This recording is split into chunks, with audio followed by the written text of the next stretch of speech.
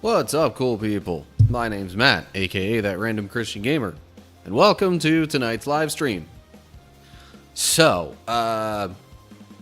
the plan for tonight is, of course, Bible study first. We'll be continuing our journey through the book of Job. Tonight's chapters look like they're going to be a little bit on the short side. I thought about maybe doing 3 chapters, but then realized there aren't really any other short chapters coming up in Job. So, and when I say coming up, I mean like throughout the rest of the book. There don't seem to be any other really short chapters. So, I'm gonna just keep it to 2 for today. So that way I can, like, you know, end an upcoming stream with the end of the book of Job, whenever that happens. Anyway, hi Seth. Hope you're doing well.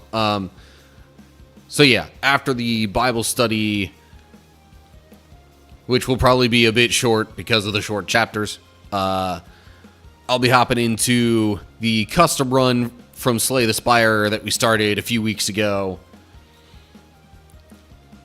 Not quite sure how long that's going to be or what all is going to happen with it. If that ends up being kind of on the short side or even like normal length, but if that doesn't take us all the way to the end of the usual stream time, then as sort of a backup plan, I'll get into Kingdom Hearts Melody of Memory and work on some mission stars there in the world tour.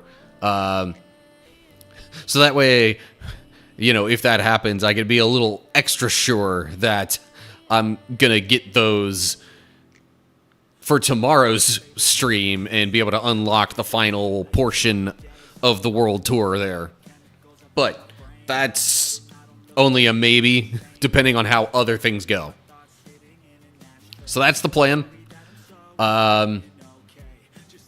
That being said, without further ado, I think it's time to kind of get things rolling, starting with an ad break on Twitch, and then we'll get into the Bible study. Might not even finish Slay the Spire today, that's also possible. Yeah, technically. I mean, it's an endless run, and, like, the other modifiers didn't seem to be adding a ton to the overall difficulty of it. I see the random exercise redemptions. We'll see what those are going to be whenever I, actually get to those times, which will be in roughly 1 hour and 2 hours from this point.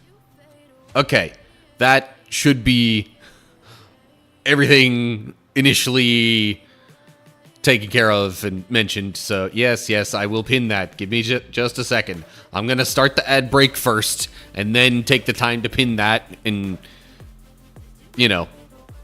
transition things over for the Bible study. All right, so Twitch folks, I will see y'all in a little bit.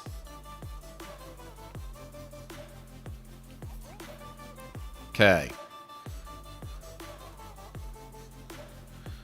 Random exercise note has been pinned on Twitch. Grabbing my dice so that they are easily available for later. Including potentially, well, definitely for the random exercise rolls, but also potentially for Slay the Spire stuff. Okay. Getting the window ready for Bible study stuff. But Twitch says I still got 30-some seconds for the ad break to end.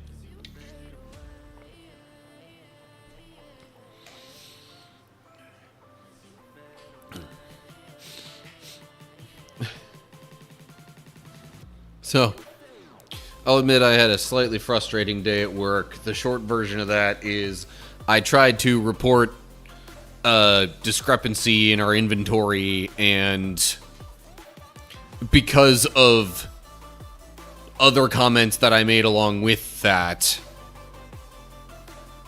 I kind of got, maybe reprimanded isn't quite the best word, but I got sternly talked to by somebody above me. And it was just a little frustrating because, like, I essentially did the kind of thing in that message that they had asked me to do in previous similar messages. Anyway, yes, this is a very short chapter. Almost as short as Esther chapter 10 was. I don't know. Verse-wise, this is obviously, this goes up higher. Yeah, so I think I'm just gonna keep it simple and have them separated. One that'll give me a little bit more editing cushion down the road, and two, like, that'll still keep me on the trend of my, like, you know, ending the week, both stream and eventual edits.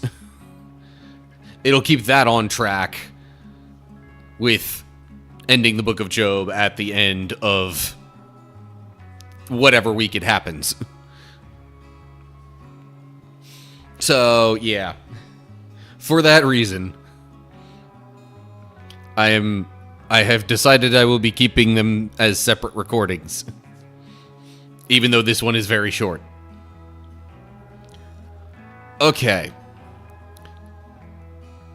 It doesn't do a whole lot. I mean, yes, I am planning to talk a little bit more about it to fill some of the time. But let me actually get to recording, and then, you know, we can discuss and I can fill in details. So here we go. Okay. So, we're looking at Job chapter 25 now. As you can see, this is a rather short chapter. So, perhaps I can give a bit of a longer summary of things thus far. And maybe get into slightly more detail on stuff in the chapter as it seems relevant. But the summary so far. So, Job was a fairly wealthy man, if not very wealthy. Definitely some kind of wealthy. He, you know, was respected in the community. He was also a very righteous man, to the point that there was a discussion up in heaven between God and, I continue to say, a being called Satan, because, like, the way the Hebrew is translated there, like, it doesn't refer to this person as, like, Lucifer, or for sure the same being that we think of as, like, the Satan. So, a Satan, otherwise known as the adversary, God mentioned Job's righteousness to this being, to which Satan replied, well, you've given him such a great life. Let's, you know, take some of that away, test him a bit, and see what he thinks. You know, if he's still faithful to you. So God allows practically everything Job has to be taken, including the lives of his children. But even after that, Job doesn't say anything bad about God. So then Satan's still like, okay, well, he's still healthy. make him unhealthy and then see what he thinks. So then he gets boils all over him, so bad that he's scraping his skin with shards of pottery. And then, actually, let me not get ahead of myself. So 3 friends of his come along and see the state that he's in, and initially at least try to comfort him for like a week. And then Job, in his distress, cries out, and some of the things that he says strikes his friends in a bad way. So then they start getting into a long discussion, debate, you might even say, with him about God and sin and whether or not Job himself is, guilty of sin, or in more recent chapters to the point of his friends calling him a wicked man. And, there's then a lot of back and forth. It pretty much goes, all right, Job has his initial speech, then Eliphaz says something, then Job responds, then Bildad says something, then Job responds, then Zophar says something, then Job responds, and then another full round of that, and then Eliphaz and Job exchanged once more, and now we're getting to Bildad speaking once again. The main sticking points in each side have been Job maintaining that he's innocent and, questioning, in a way, kind of the apparent unfairness of life. Like how some people seem to just live totally fine, luxurious even maybe, and even while being wicked people, they still live these grand, luxurious, comfortable lives that don't seem to receive any significant punishment from God. But his friends all have this theological framework, like most Jews did at the time, that essentially God punishes the wicked and, blesses the righteous. And that's pretty much how it works. Cut and dry, no exceptions. But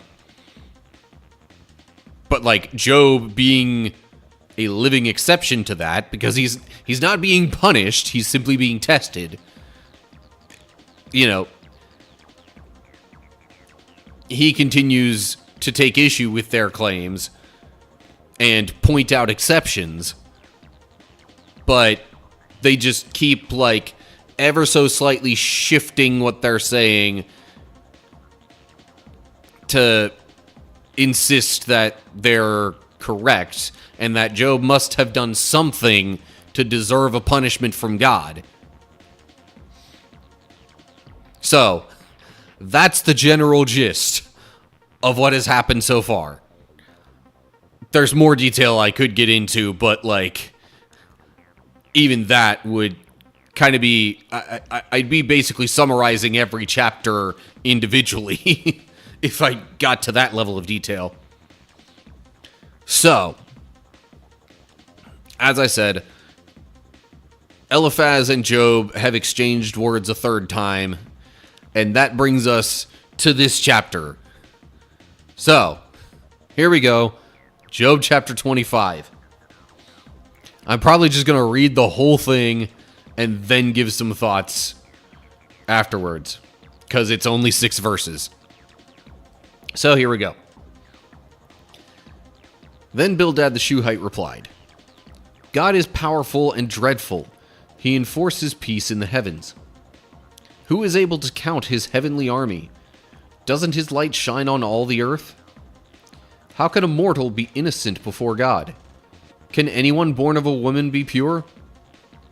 God is more glorious than the moon. He shines brighter than the stars. In comparison, people are maggots. We mortals are mere worms. And that's the chapter.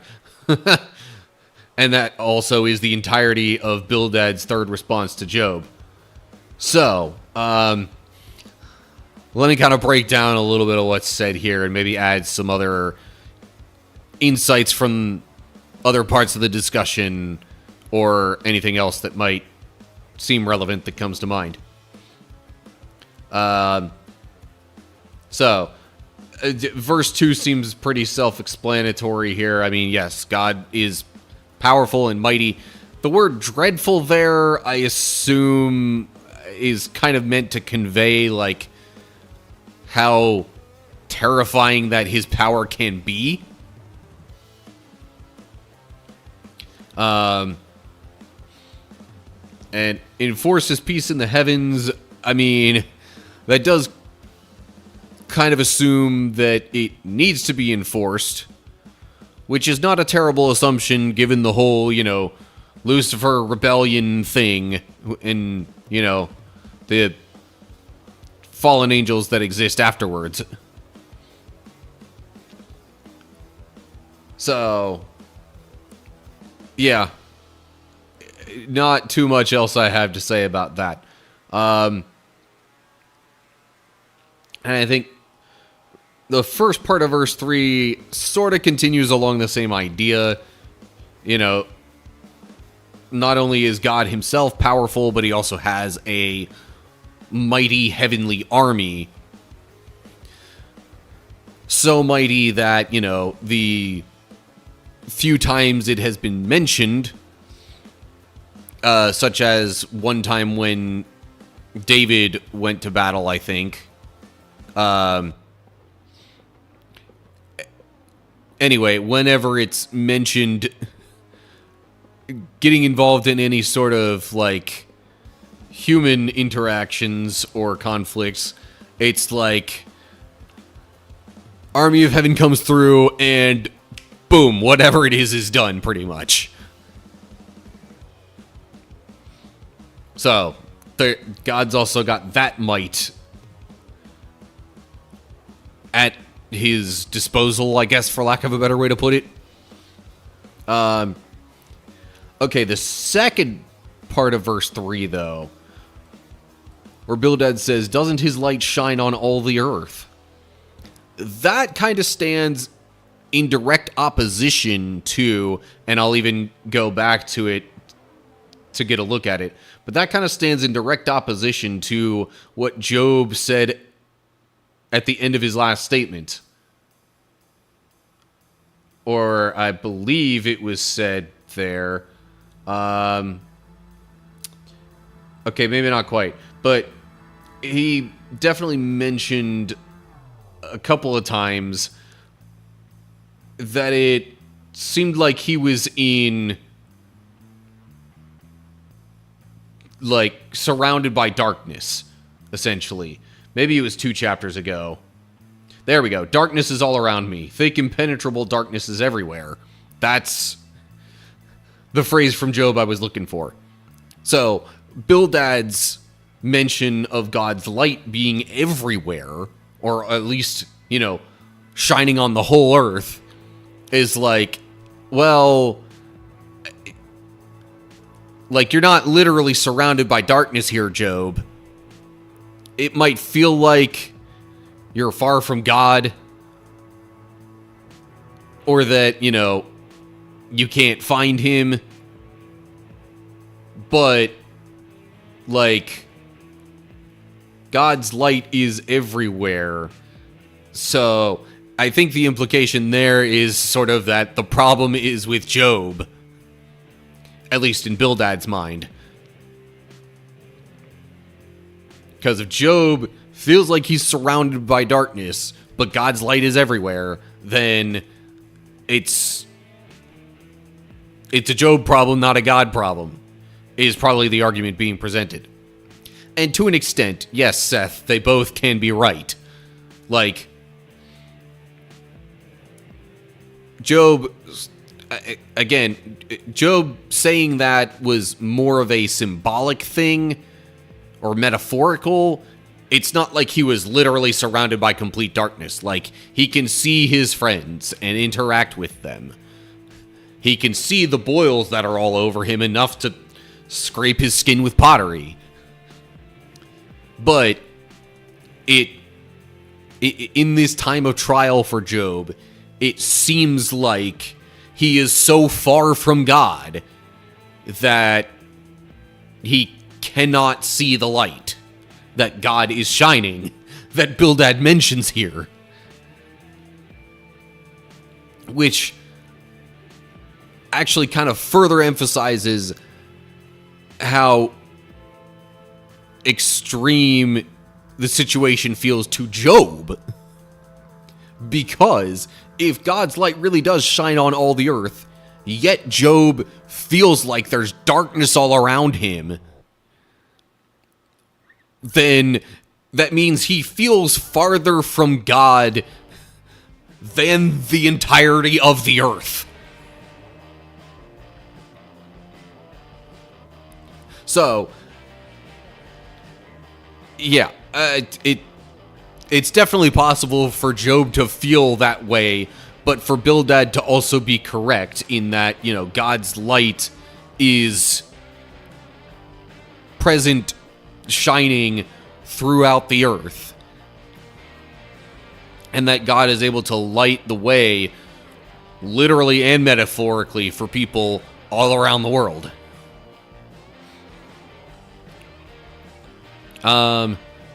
Okay. Verse 4.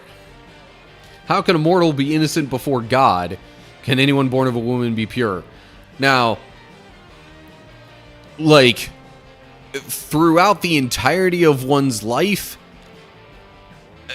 yeah, I get the idea of what Bildad's saying here. Like, we are sinful by nature. We are inclined towards sin by the fact of our, imperfect human state. So, eventually, it's practically a guarantee that we will do something sinful. And for that reason, we cannot be considered completely pure throughout our entire lives. However, the, Jewish laws that came from God that dictated how they lived their lives and how they worshipped God and the sacrifices that they made and the reasons for the offerings, like, that basically dictated that, okay, if you do something against God's commands, you make the offering to pay for it, and then you are right with God. It's not like, okay, yeah, you make this offering, and then you're like, it's kind of okay, but God's still gonna hold it against you. No, the idea was, this is the price to pay to make yourself right with God after you have done something sinful, done something to go against God's commands. So, especially assuming Job kept up with his offerings to God, which it mentioned early on he was very much inclined to do, to the point where he even made offerings for the potential sins of his children when they held feasts. Like, he might not have been completely innocent throughout his entire life, but given the purpose of the offerings, he should have been considered right, or at least in good standing with God. therefore not deserving of a punishment, especially a punishment as significant as what Job has been experiencing. So, I get Bildad's point, but for all intents and purposes, in Job's situation, he essentially would have been considered in right standing with God. Again, he was not being punished, he was simply being tested.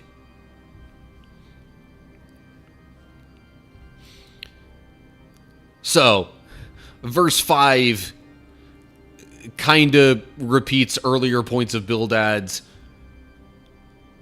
about God's glory and his, how brightly he shines. See verses 2 and 3.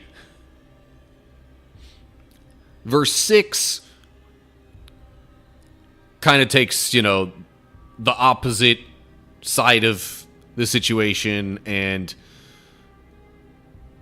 he, kind of almost as an extension of verse 4, he says that compared to God, people are so filthy, dirty, perhaps also implying, not righteous and sinful, dirty in that way, unclean.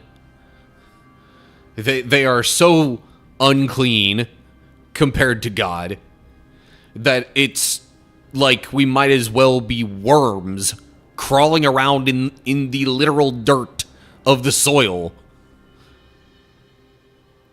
or maggots that, tend to make their homes in rotting flesh. Both very unclean things. I mean, actually, I think the maggots would probably be more ceremonially unclean under Jewish law than simple worms in the dirt. But both are unclean in some way. So, yeah, just highlighting his point of how vast the difference is between God's righteousness and people's sinfulness.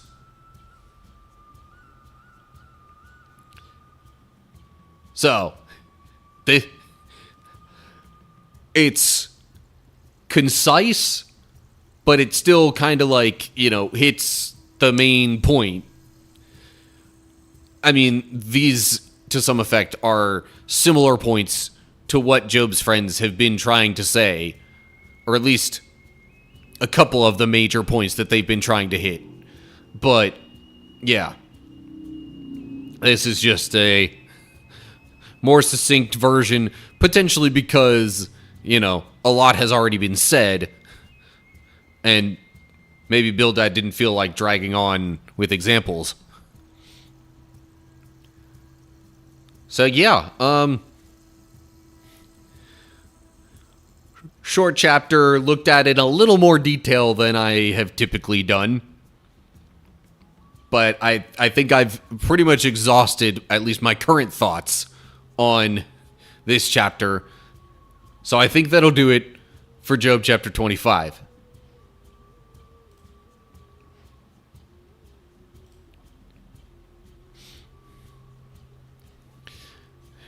Yeah.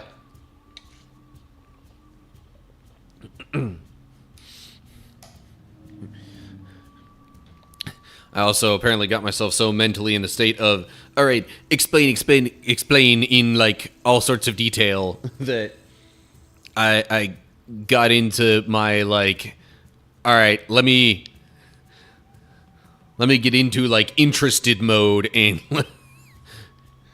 almost even debate mode, if you will. And I tend to raise my voice a bit when I get into that mode mentally. But anyway, okay.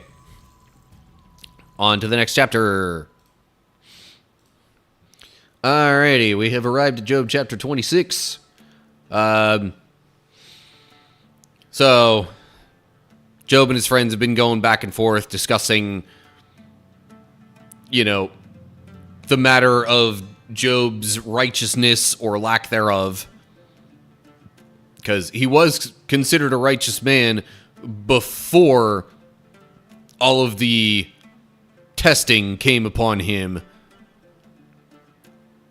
that God and the adversary agreed upon to test Job. Before that, he was considered by many to be a righteous man. But because of all this stuff, his friends assume that he sinned and he's being punished. Most recently, Bildad just spoke and essentially highlighted the comparison or the difference between God's power and holiness,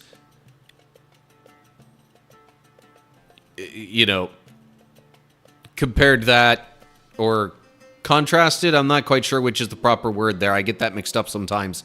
Anyway, emphasize the difference between those facets of God and how broken, sinful, unclean that humans are relatively. So, yeah. That's one of the major points that Job's friends have been kind of hitting throughout this discussion. Almost as a way of saying, because God is so righteous and we are imperfect, in fact, so far beneath God comparatively, we might not even recognize some of the things that we do that are against God's will. And if that's the case, then there's definitely a chance in their mind that Job did something that was against God's will and thus brought about a punishment for Job. So, I gave a lengthier summary of things for the previous chapter. I don't think I really need to do that again. So, let's hop into Job chapter 26 now. Then Job spoke again. How you have helped the powerless. How you have saved the weak. How you have enlightened my stupidity. What wise advice you have offered. Where have you gotten all these wise sayings? Whose spirit speaks through you? Okay, I'm pausing there just to note, I hope you're catching the attempted sarcasm in my tone there, because I believe that's what Job is being here. He's responding sarcastically, because Bildad really didn't say anything new, at least didn't make any major new point in the discussion. And Job had already commented on how obvious it was that they aren't any smarter than him as a result of hearing those kinds of statements. So, again, pretty sure Job's being sarcastic here. I doubt he feels particularly enlightened by these words from Bildad. Now, we don't necessarily know much about the lives of Job's friends and the things that they did before this. So, might they have helped the powerless and saved the weak? Maybe. They could very well have been, upstanding dudes, like Job was. And if they were considered friends of his, then it's a slightly more likely chance then that they were also, fairly righteous men. But again, in this moment, responding to what Bildad just said in the last chapter, rather than just outright plainly say that he doesn't think anything has been added to the conversation, because Job already said that before, Job takes a different approach and is like, oh, yes, you are so wise and helpful. What kind of spirit possessed you to give you such insight and wisdom? It is so outstanding. Yeah. That's the vibe I'm getting from this here. Feel free to correct me if, like, there's a for sure source that says I'm wrong, but that's the vibe I get. Is Job taking that kind of tone here? Anyway. Okay. On to verse 5. Perhaps still with a sarcastic tone, but I'm less sure now, so I won't keep doing it like that. I won't keep reading it like that. Anyway.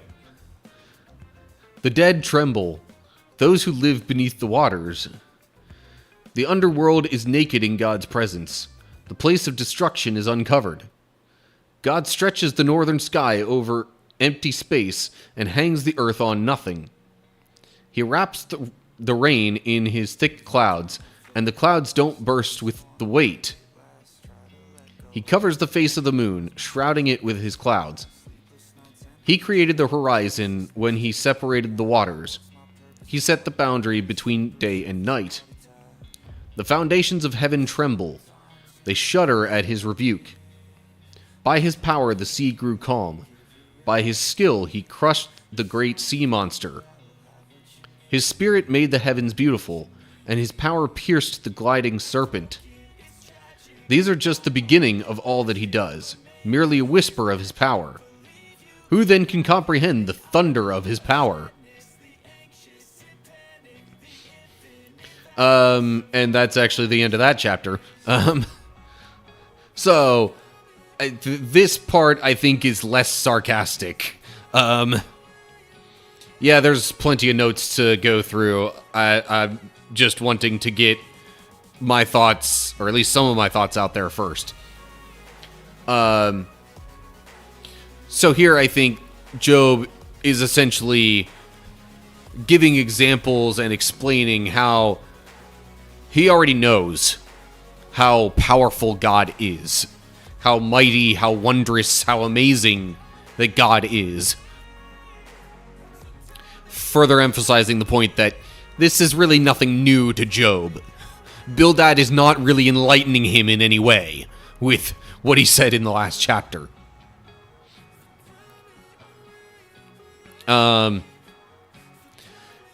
You know what? I guess I will look at that note about the great sea monster. So, the Hebrew actually says, I would guess it's probably pronounced like Rahab, or possibly Rahab. I know that looks like Rahab, as in like the one who helped the Israelite spies as they were scouting the Promised Land back in like Joshua's time. But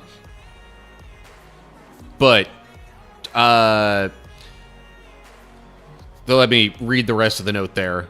It's the name of a mythical sea monster that represents chaos in ancient literature. So,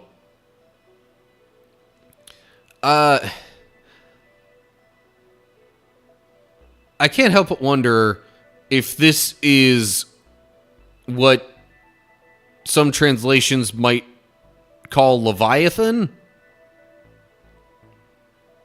In fact, let me just real quick try and look up the NIV version and see if that says anything different and if it calls it Leviathan or not. I actually have a separate tab open just next to this one. It's currently at Psalm 27, but I can get into Job chapter 26 from here, and nope, calls it Rahab there too. Interesting. Okay, I thought for sure Leviathan was mentioned at some point in Job. Did we already pass that, or is that yet to come? I'm not sure.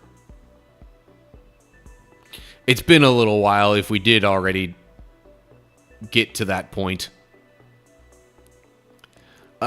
Anyway, okay, so this particular sea monster is, as the note here explains, a representation of chaos in ancient literature. So, this is just my own brain wanting to make connections to things. So, when it says that God crushed the great sea monster, or perhaps you could read that as that God crushed chaos, that actually has me flashing all the way back to Genesis chapter 1. In the beginning, God created the heavens and the earth. The earth was formless and void, and darkness was upon the face of the deep. Sometimes that is also, or maybe it's the next verse that mentions that it's essentially in a chaotic state that the world is at the beginning. So, perhaps this crushing of Rahab, this mythical sea monster of chaos, it could be an allusion to Genesis chapter 1, when there was chaos, and then God brought order to it.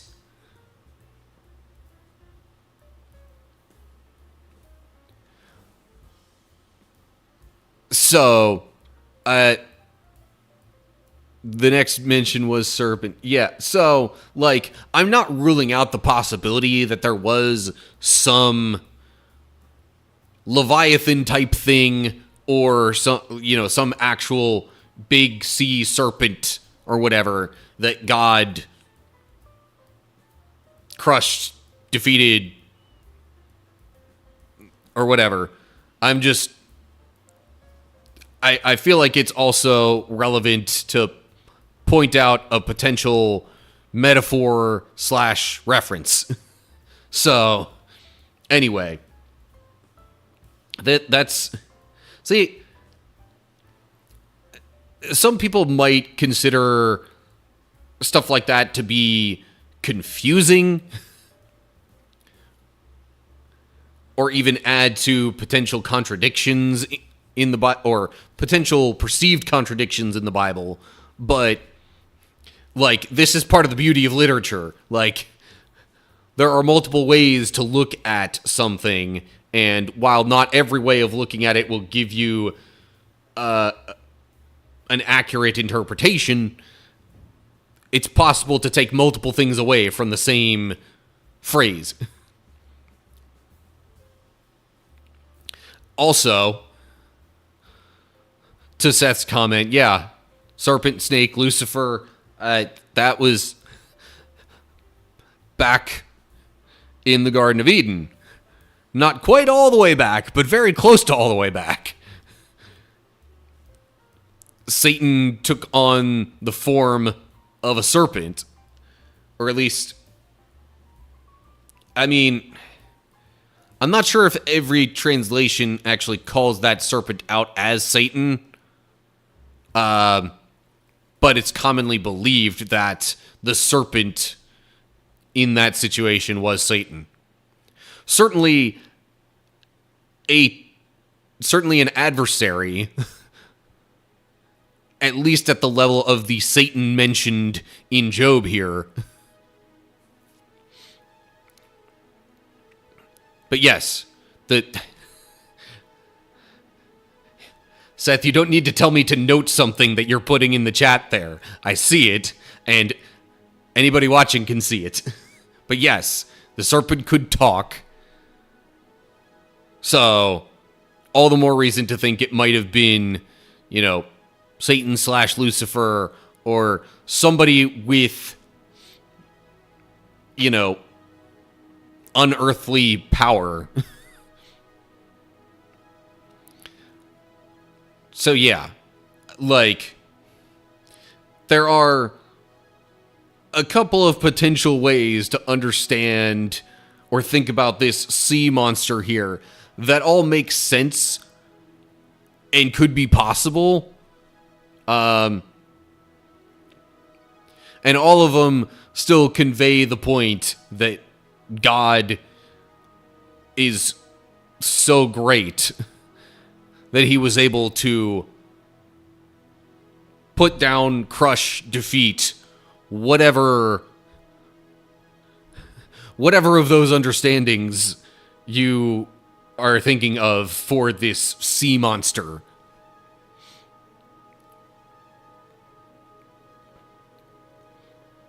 But yeah, so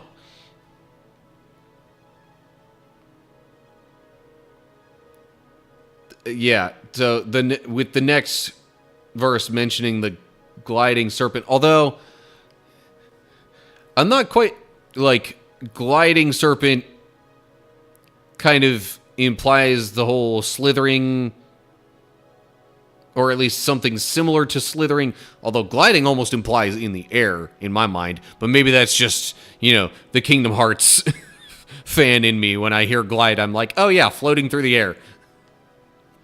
But gliding serpents, just distinction there relative to the serpent that was mentioned in the Garden of Eden. God specifically said after the punishment from the garden that the serpent would no longer be able to walk on legs. It would have to be on its belly. So, could be referring to that same serpent after it was, called out for deceiving people.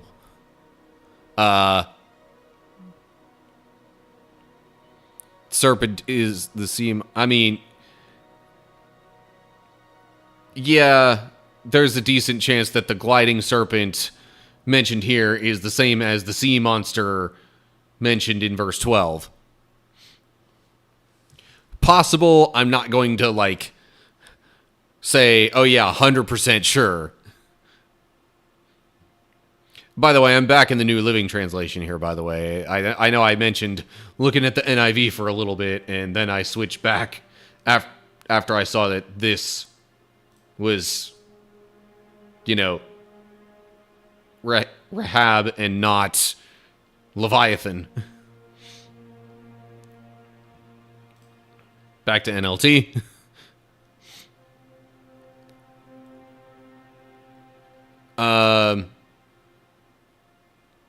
So, anyway, there are some other notes to look at here as well.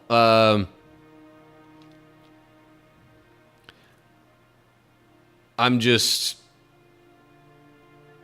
seeing if I have any other thoughts outside of the notes. Well, while I think on that, maybe I'll look at what the notes say. Okay, so where it mentions the underworld here, the Hebrew says Sheol. That has come up multiple times. Sometimes it was worded as the grave. But in any case, place of afterlife in Jewish belief is essentially what Sheol is. The place of destruction, Hebrew says Abaddon. Now, would that read as the place of Abaddon or just Abaddon is uncovered? I would more so guess the latter.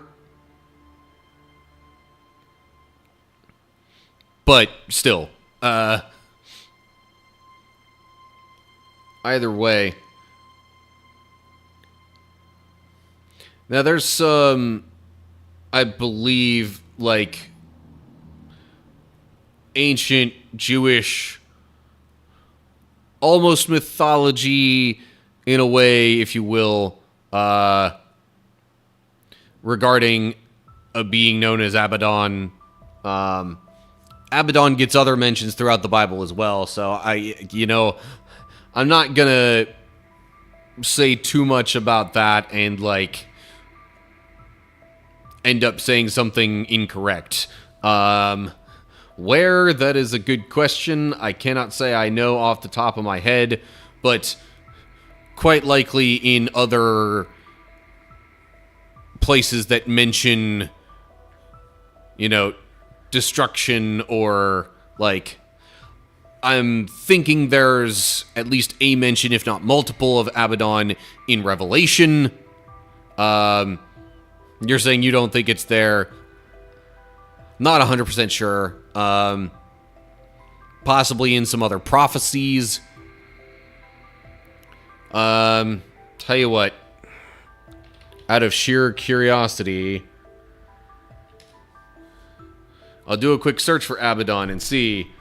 Yeah, Revelation 9:11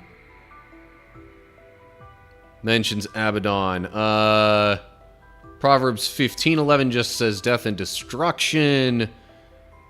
Same with Proverbs 27:20. But yeah, Revelation 9:11 in particular, at least in... Oh, that's saying NIV. Calls it Abaddon. Probably because I most recently made a change on the NIV tab.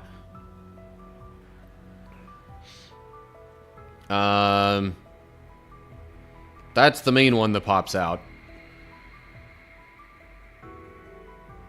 There might be some of these others that mention destruction and then just have like a translator's note about it being Abaddon. Similarly.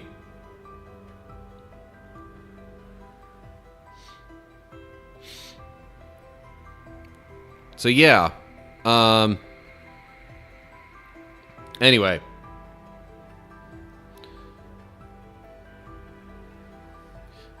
So yeah, God is powerful. The broader point Job's making again is that he knows how powerful God is. That he like reveals things that are otherwise hidden, especially to people. He can make the clouds that hold tons of rain, which, is wet and weighs stuff. Like, it's not just empty. Well, like, water has weight to it. And yet, he can make the clouds that hold the rain, but yet don't, like, immediately drop it upon the earth.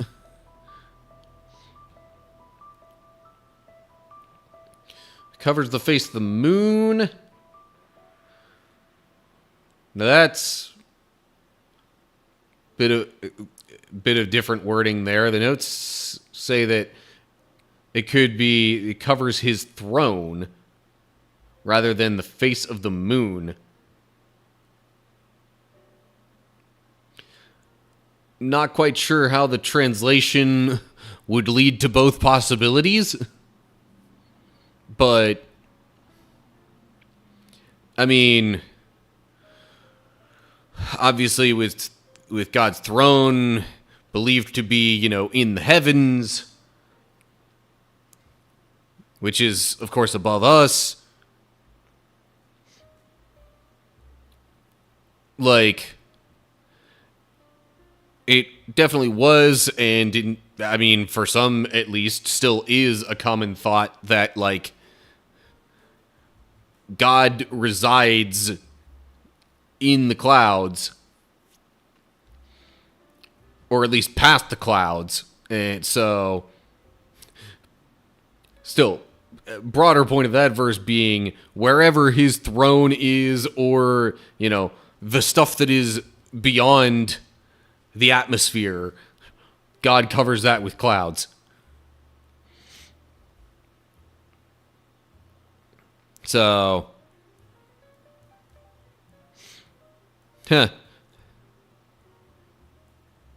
interesting.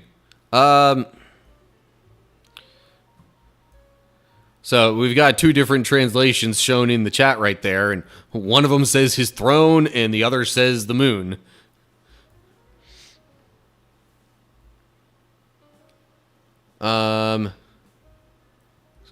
So, yeah, essentially, if, like, the vastness of not only earth but heaven is under God's control, and Job knows this, like, it demonstrates the point that Job already knows how powerful God is, and that, again, what Bildad said in the last chapter is not really anything new to him.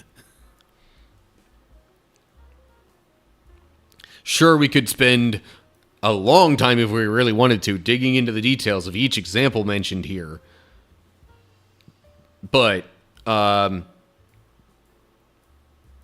realistically, we get to the end of it all, and this almost makes the case for, you know, we could talk about this for years even, and still not, like, get into the full depth of understanding it, because Job mentions at the end here, who then can comprehend the thunder of his power? Like, it is so great that we cannot fully understand it. God, as a whole, is so great that we cannot fully understand God or even his deeds, his ways, and, you know, what all that he does to provide, sustain, and basically, like, hold everything together. So anyway, so much for this chapter being a shorter discussion. So, yeah, sorry, looking at Seth's latest note here. Might equals power. Yeah, the suffix Y could also be similar to full, so yeah. So God has so much power that it's power upon power. That's essentially what Seth is saying down there, and in a similar way, what Job is saying in this chapter here. So yeah, that's where things leave off for Job chapter 26.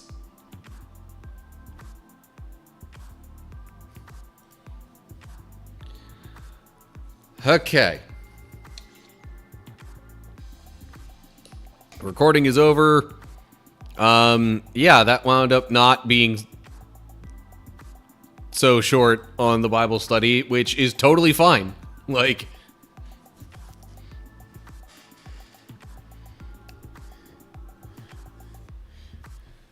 means, you know, there was some decent stuff to talk about. Okay, I guess before the ad break rolls, I can roll to see about one of these random exercises I'm doing here. Let me bring up my notes. Where's the... There we go. A Sunday school class went through Revelation, for example. One verse at a time was normal. Did you really go through all of Revelation like that? Jeez.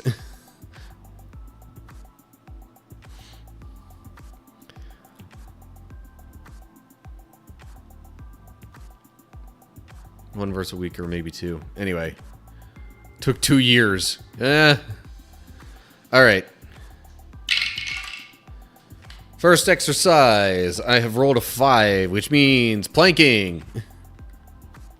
2 to 3 years of Sundays, so that would be, well, 104 to 156 days.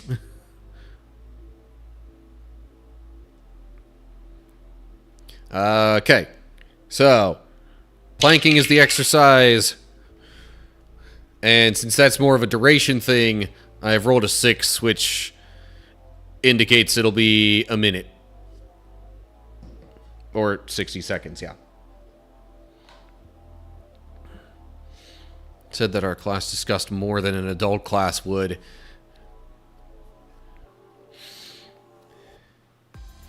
Yeah. You know, I think especially like right around the adolescent years. I mean, if people that age are really interested in something, then they're gonna talk about it at significant length, perhaps even more so than adults might tend to.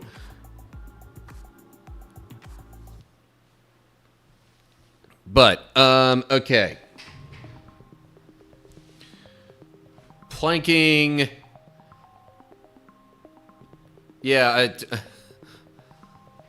I understand you're thinking, and yeah, sometimes, like, I think I remember things being in the Bible or not being in the Bible, and then I get proven wrong.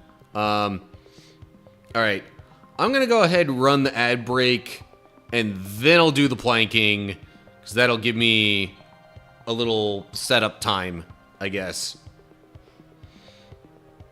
So, Twitch folks, see you in a little bit. Meanwhile, I will also change the stream category on Twitch.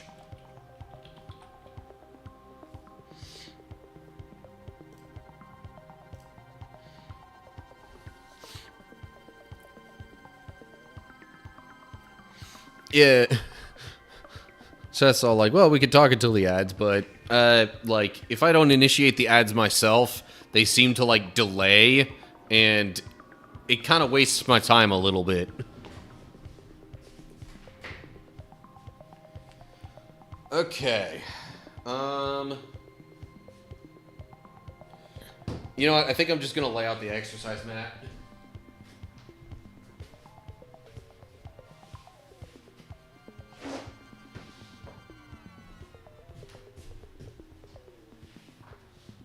Because, yeah.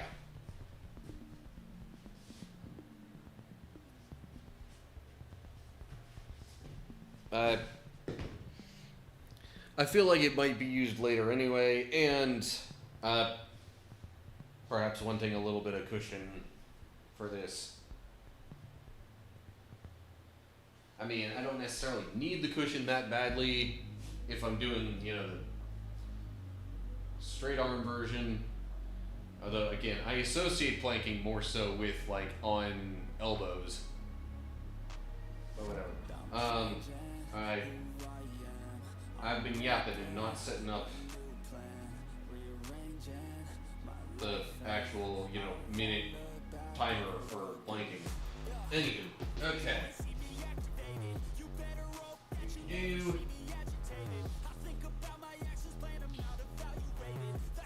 Alright. Get myself up, and then start the timer. Okay.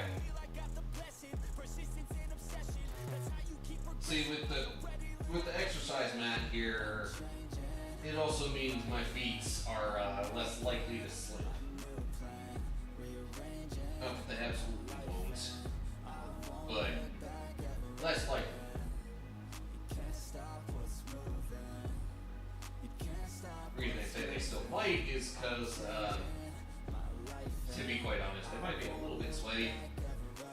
It's been hot around here today.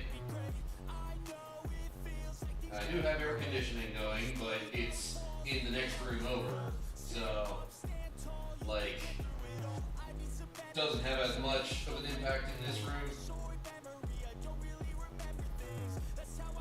I do currently have a fan blowing directly on me, but it was not blowing directly on me while I was in the chair.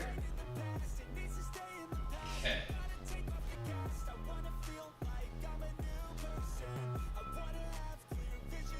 Yeah, I'm gonna be real with you. Trying to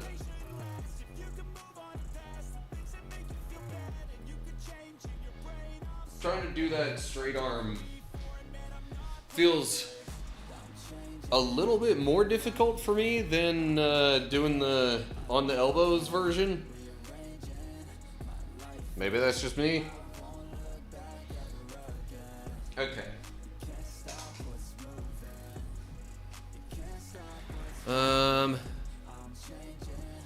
So there are no longer 2 exercises to do, only 1.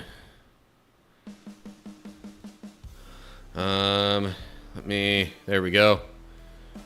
Bloop. Pin that, thank you, Seth.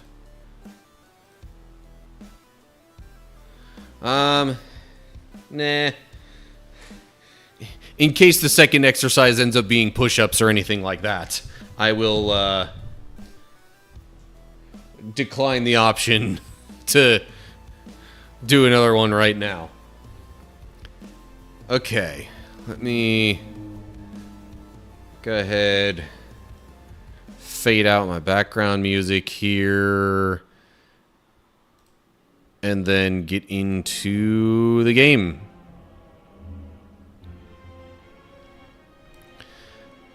Okay, so once again, we are continuing the custom run.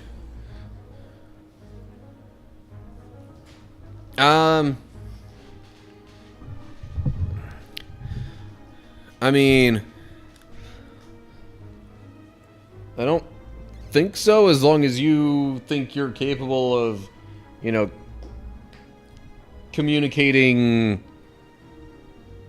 randomization through the chat whenever it's relevant.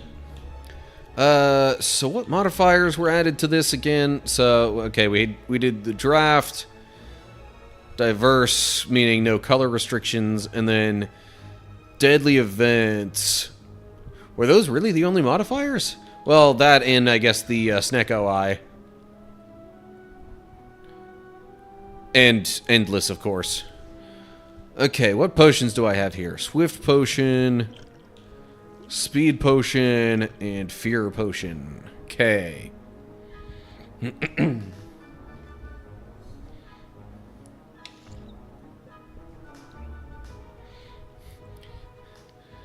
Endless can get annoying. Like, annoying in what way?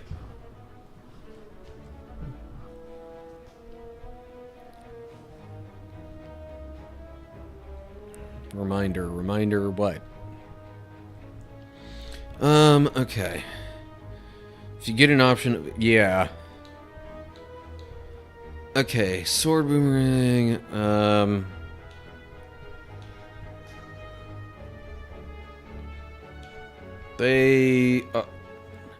oh.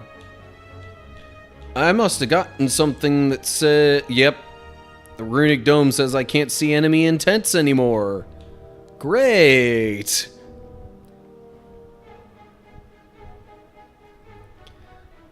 That's always a fun thing to have.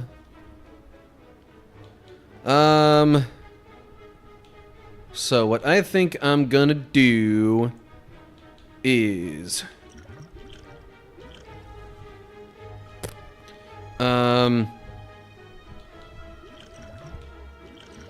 not use a potion just yet, because I think I'm gonna gain plenty of block from equilibrium and genetic algorithm.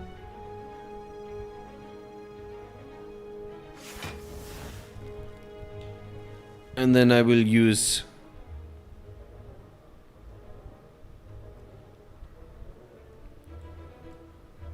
Alright.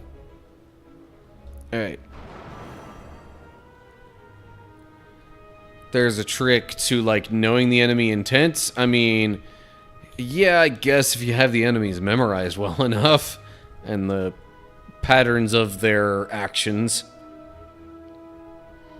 I'm pretty sure these guys attack on turn 1 and, like, take some of your gold along with it.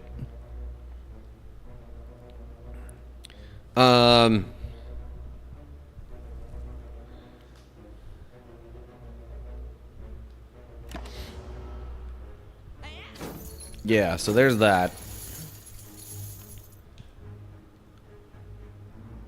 Jeez. 3 energy for that? Ugh. Okay. Well, this also shows that at least one of them plans to attack.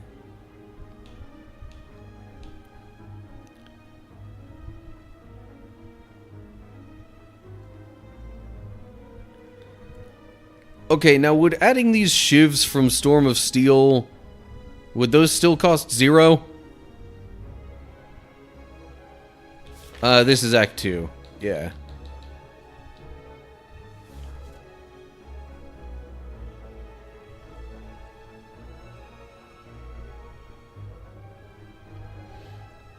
It will till discarded.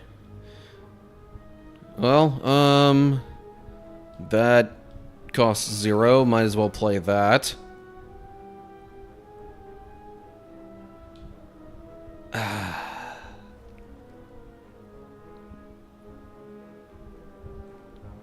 Looters are Act 1? Really? But there's no way... There's no way this is Act 1. Because I wouldn't have spent like an hour already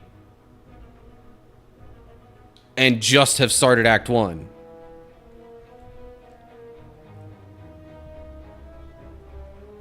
Okay, sorry. You said a bunch of stuff in really quick succession and I missed part of it.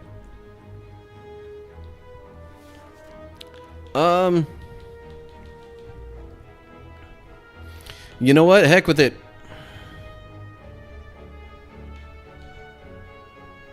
I'm playing Storm of Steel.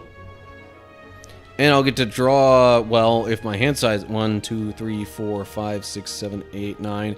Okay, I may only draw 1...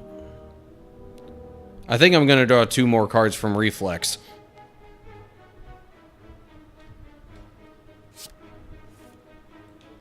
Yeah, okay. When retained, increase its damage by 4. Ooh, and Caltrops, because why not? Everything else in my hand costs 0.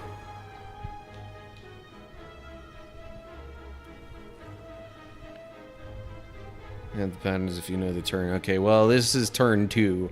How much total damage do I have here at my disposal? 4, 8... Well, 4 times 1, 2, 3, 4, 5, 6, 7, 8. It's 32. So, definitely could get rid of the one in the front.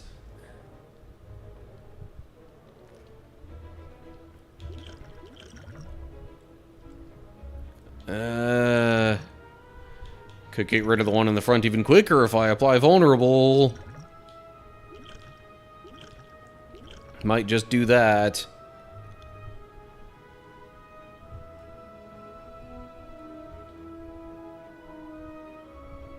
Yeah, why not? I feel like going for it.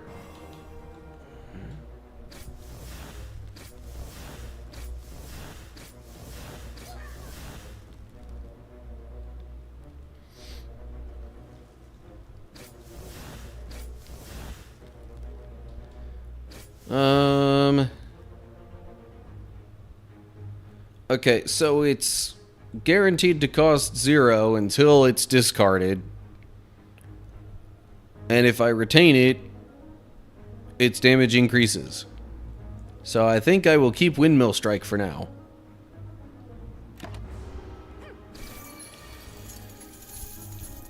Okay. Protect gives 12 block.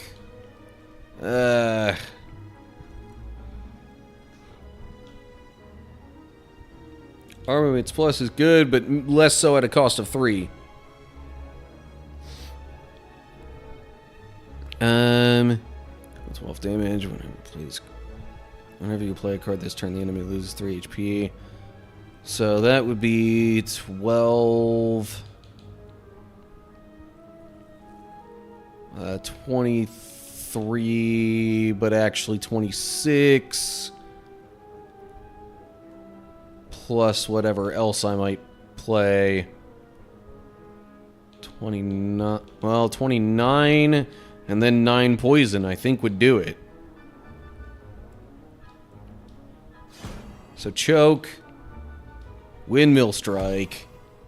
Oh, geez.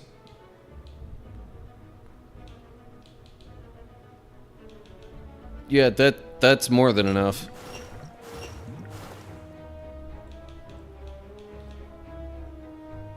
I must have underestimated some of the damage in there at some point. There we go. Okay. And...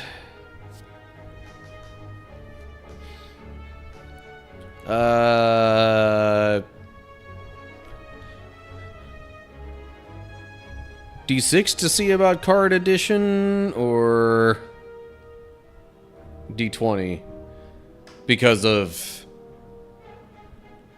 the fourth option to skip.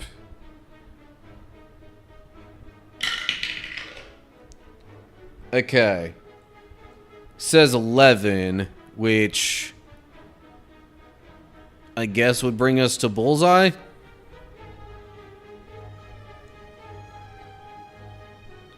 True. So 2, 3, 4, 5, 6, 7, 8, 9, 10. So 11 actually gets us to third eye.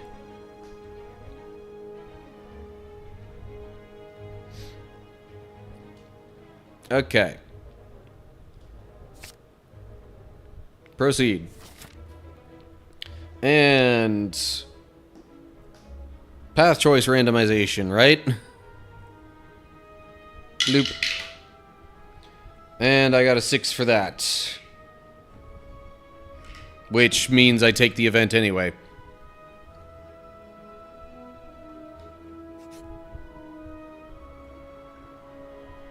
Oh, hello. The mausoleum. Venturing through a series of tombs, you're faced with a large sarcophagus, studded with gems, in the center of a circular room. You cannot make out the writing on the coffin, however. You do notice black fog seeping out from its sides. And I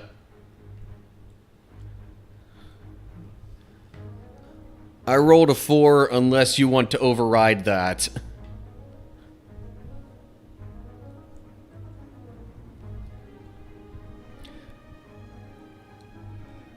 Have we been randomizing all these choices?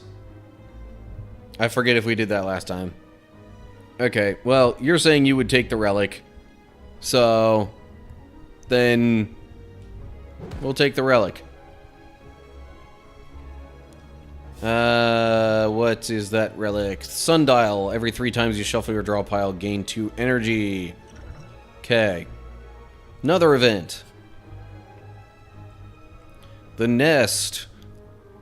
Long line of hooded figures, blah, blah, blah. Join the line. Are quickly surrounded by cultists.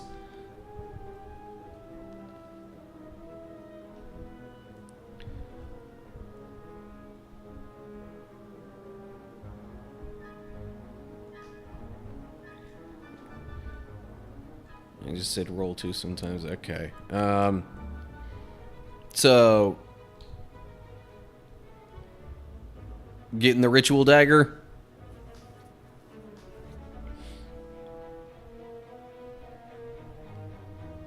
Yeah, 15 damage if fatal. Permanently increase the card's damage by 3.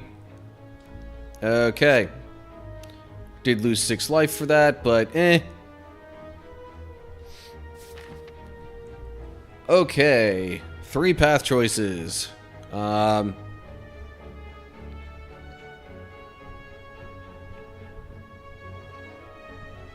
should I say 3 path options? Shop, but event might be better.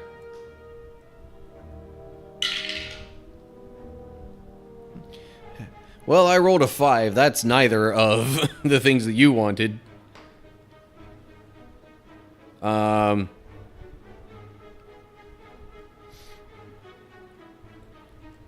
Yeah, I mean, we do have the Maw Bank. And there's another possible shop coming up here soon.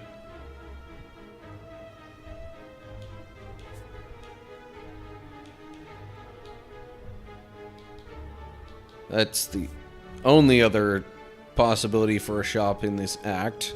But still, with the Maw, I choose not shop yet. And it's a battle. This doesn't look like an elite, though.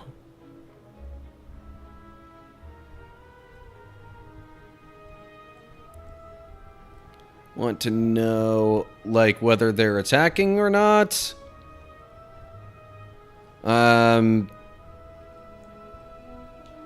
Thinking this is one...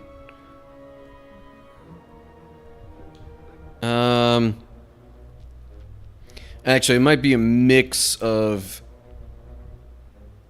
some attacking and some powering up.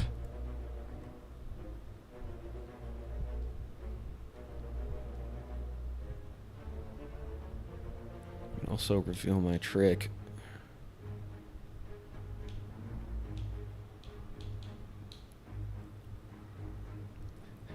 I mean, if you really want to reveal said trick, then I'm down for that, but I don't know if your trick is just looking at a reference sheet, so...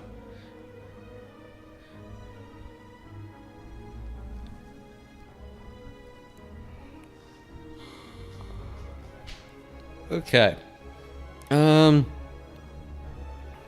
mean, Storm of Steel could be good, but also... When I give information, I reveal a trick because nothing comes free. Oh. Meaning, like, okay. Meaning, like, something to make things a bit difficult.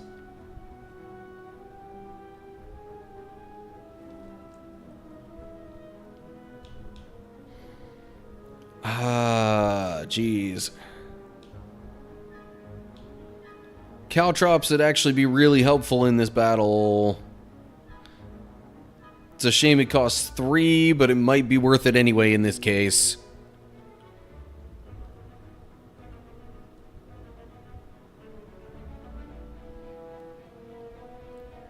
Good to use it before you really need it. What, the Caltrops or your trick thing?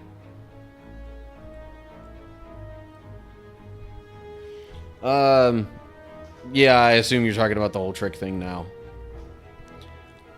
Alright, you know what? Hit me. What you got?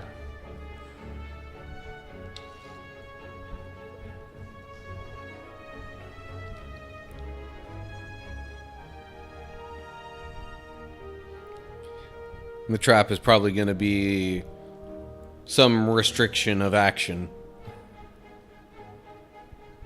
That would be my guess, but let's see what it is anyway. So then I'm not assuming too much and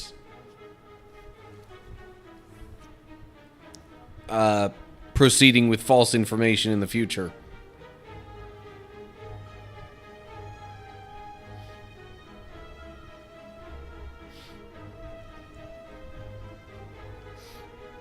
Alright. Tell you that this first turn is either 5 damage or 1 strength, with the damage being more likely. Also roll 1d20. Okay.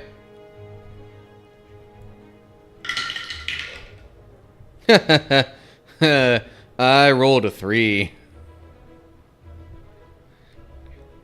That seems like a high risk for consequences.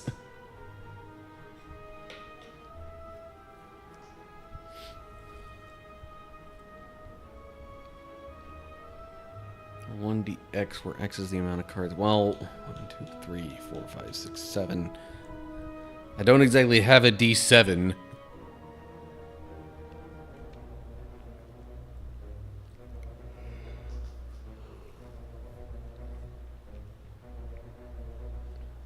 I mean, I could pull up a, like, number randomizer thing.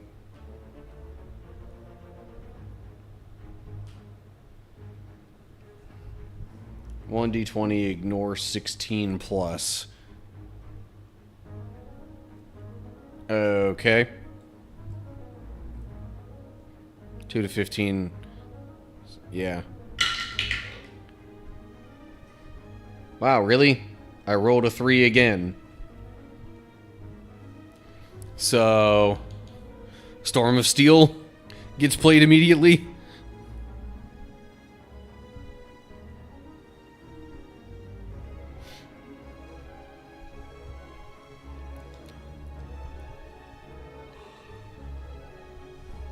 Oh, man. Really would have liked the Caltrops, but oh well.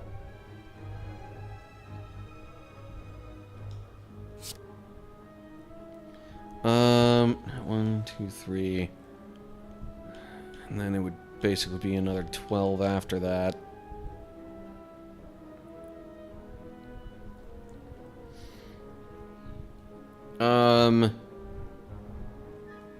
Okay, so I'm thinking I'll take that bird down. Actually, I could ground 2 birds right now.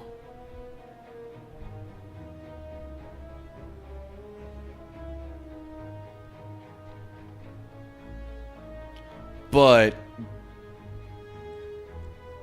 being able to deal more damage, yeah. 1d20. If the roll's a nat 20, the next piece asked for it anytime is free. On any roll higher than a 10, nothing happens. Any roll a 1dx triggering the trap. And that will, yeah. Okay.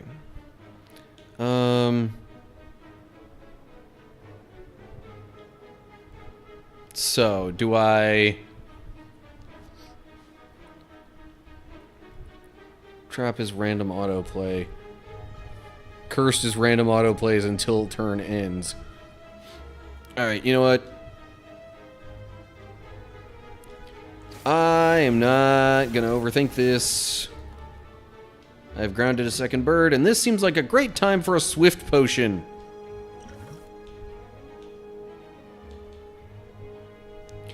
Well, phooey. Now I wish I would have dealt a little more damage, because that would have been fatal, easily, to the second bird.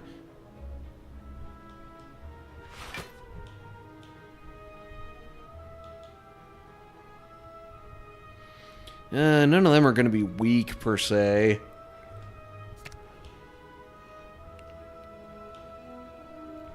Okay, Ritual Dagger.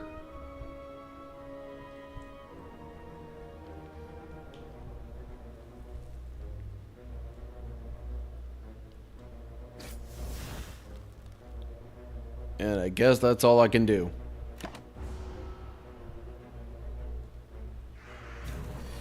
And that one gains some strength. Okay. I think I will start perhaps with Sword Boomerang.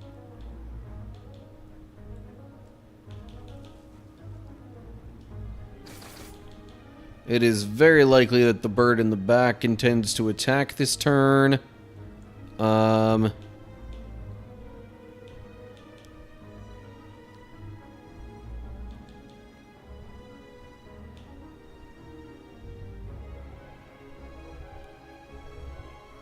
You know what? But I like... I think I'll pass on information for now. I'm pretty sure 2 of them this turn are just gonna work on getting themselves back up to flying, if anything.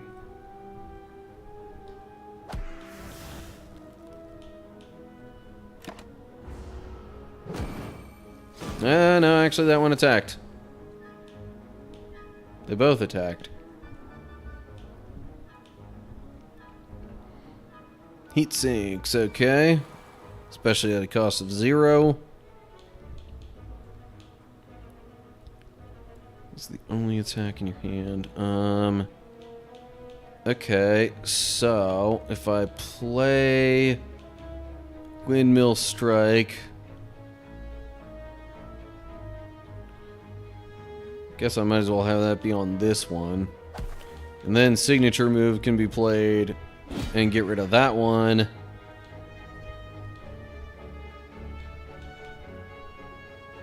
And then, you know what? Protect and Tranquility, because I can.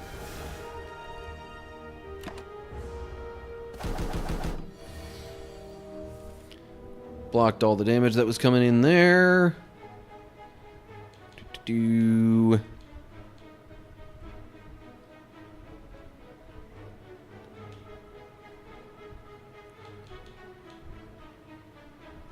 Armaments plus... You know what? Sure. These are now all upgraded. Gaining block. Dealing some damage. And then I get Shiv pluses in my hand.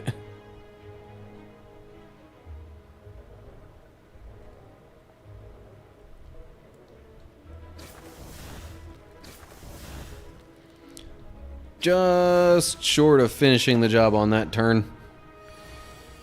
Oh well. Hiya, be gone. Okay. After all that, did get a weak potion. Battle info, future help. After bird is stunned, it headbutts, then flies the following turn. Okay. Strength is never gained twice in a row. Okay.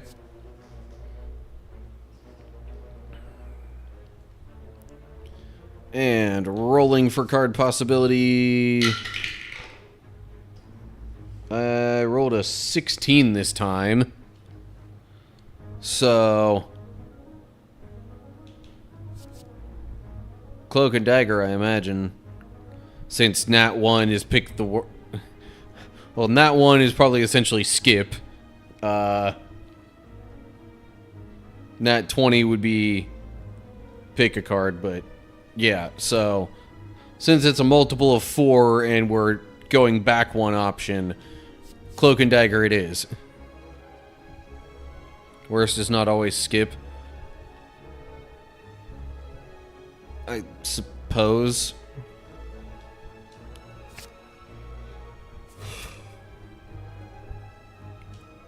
No option there, gotta go into a battle. And geez. It's really already been half an hour like this?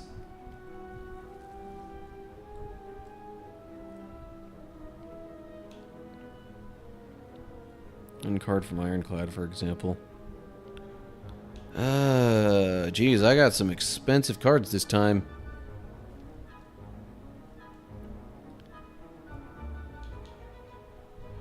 With the, I mean... Charge battery isn't the worst.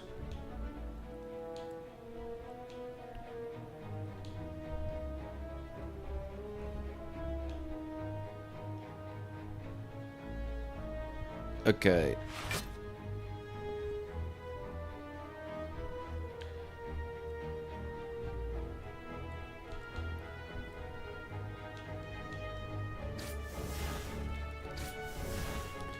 That would give me 1, 2, 3, 4, 5 more shivs, which would deal 20 damage.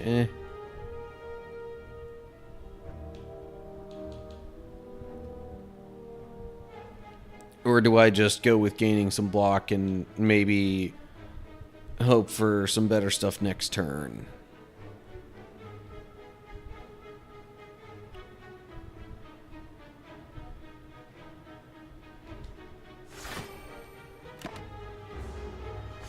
That's right. Windmill Strike is going to stay in my hand until either I discard it or do something else. Jeez, okay.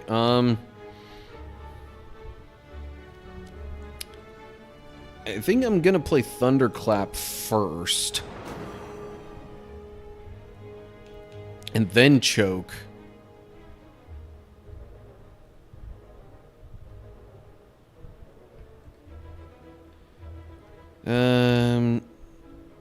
Which one am I going to use choke on, though?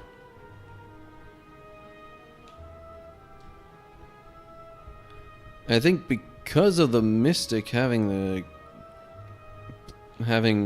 block right now, I'm actually going to go for the Centurion. Enemy has weak. I could make the enemy weak.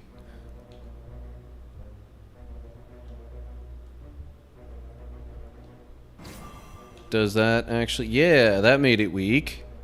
But that costs 3 energy, and I'd only gain 1 back.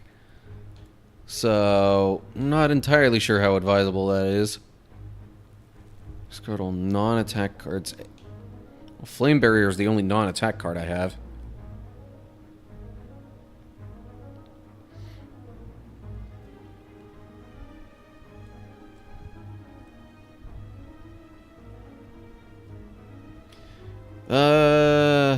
Flame Barrier. Protect myself a little bit.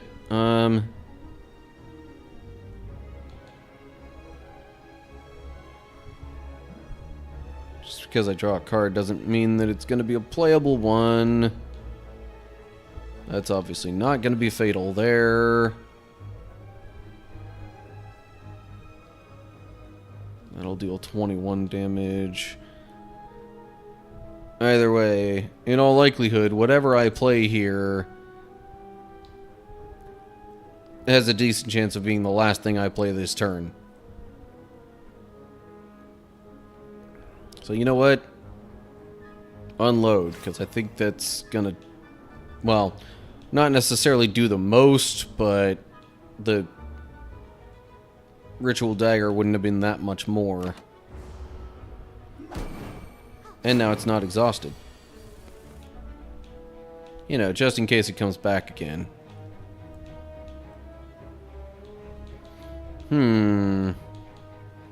Okay. I could do with upgraded versions of some of these. You have discarded a... I don't have anything that's going to cause me to discard. So... I'm just going to do... Sneaky Strike. Oh, crud. I have Windmill Strike. That means I can't play Signature move. Should have done the Sneaky Strike on the Centurion then.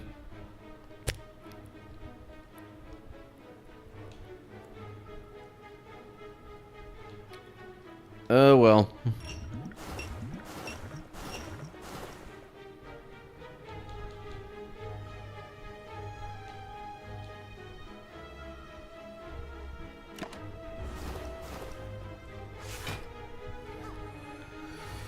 Gotta say, these high-cost retained cards aren't exactly great for me. I mean, this one eventually would be worth it.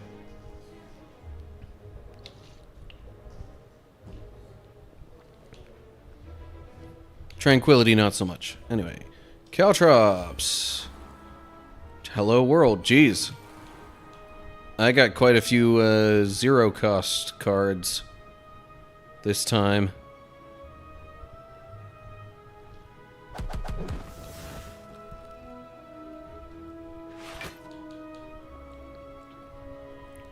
23. Enough to get rid of the Centurion. Okay. That was a pretty productive turn.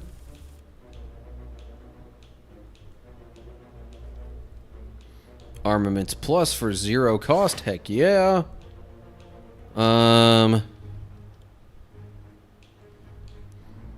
Flying knee seems like a pretty decent option.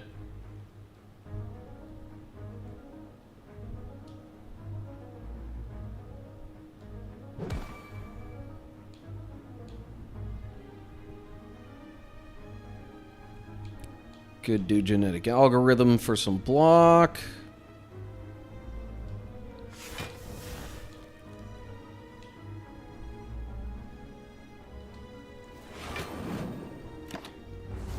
Alrighty. Of course, they decided to gain strength instead of, you know, attacking me. Alright. Choke. Cloak and dagger. Shiv. Shiv. Oh, jeez. Maybe I shouldn't have played the second Shiv. Is the ritual dagger going to be considered fatal now? Yes, okay. Because it's only after I play the card and see its effect that the 3 damage from choke kicks in. Okay. Card options. Wow. Okay, so I rolled a 19. But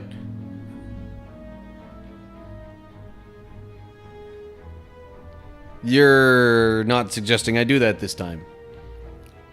So we're taking clothesline.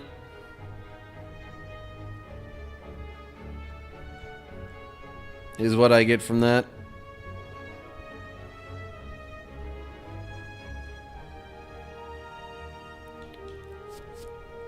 Okay. Huh.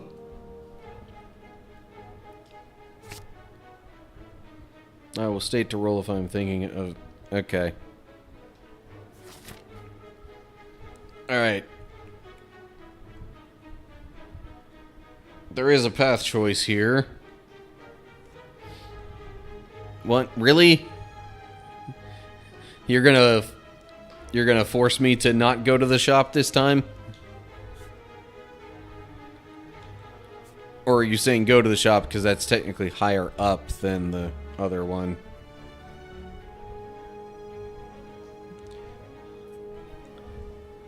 I know at least in other cases you like to do your reading order, including like, okay, do stuff higher up first before. But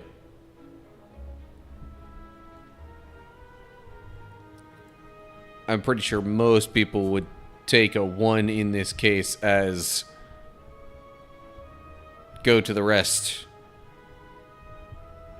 I'm just wanting to double check that. Okay.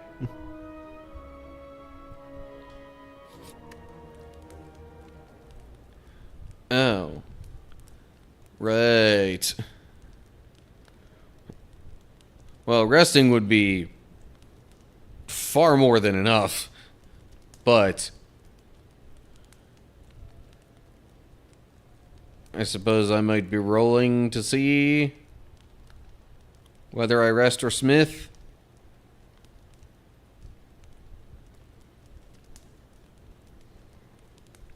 Or not, we're smithing. Okay, how many options do we have here? 1, 2, 3, 4, 5 times 1, 2, 3, 4, 5. 26.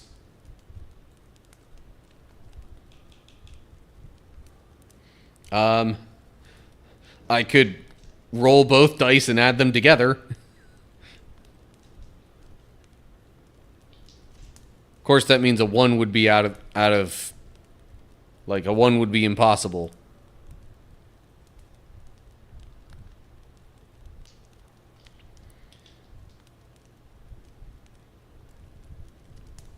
Yeah.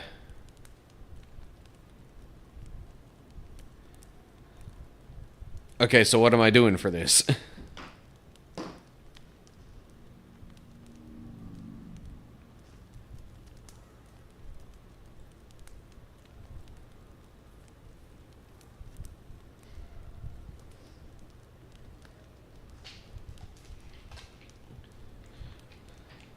Now, would you like it to be 5 different D6s?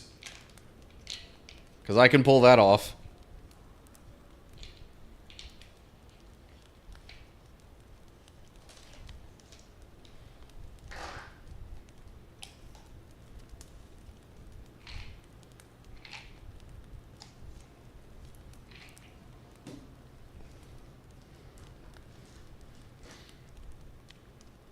How does... I'm a little curious how 5d6 brings it to 26.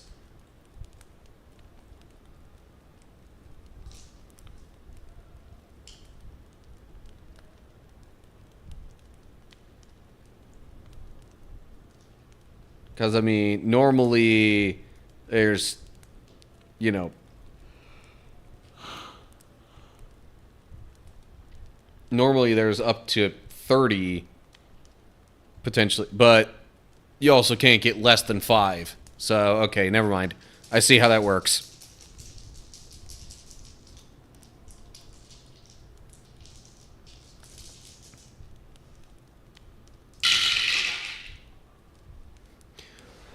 Okay, well, this, assuming it doesn't shift around too much, is how my dice came out. 4 6s and a 3.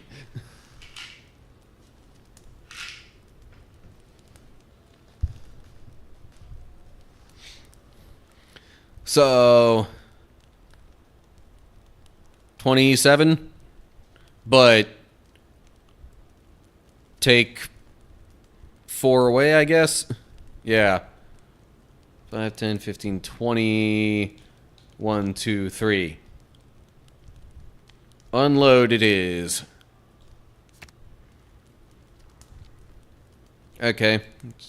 Increases the damage by 4.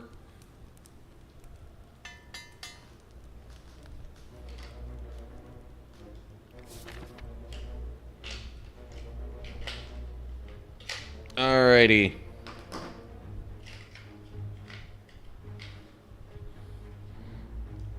Two paths here. And unsurprisingly, Seth says go to number 2. Oh, hey. It's a merchant. Now technically the mob bank still works as long as I don't spend any gold here.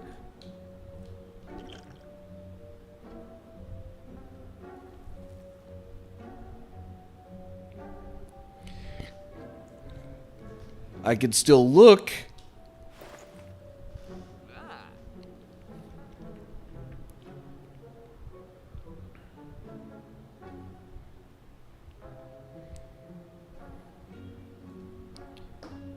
Well,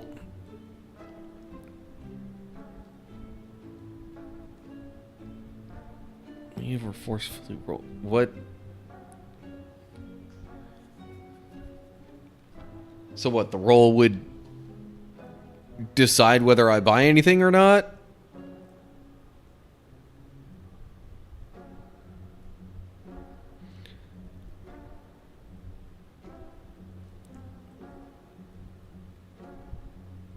You either don't look or shop. Random shop. Oh, so I'm like not even gonna be in control of, I mean...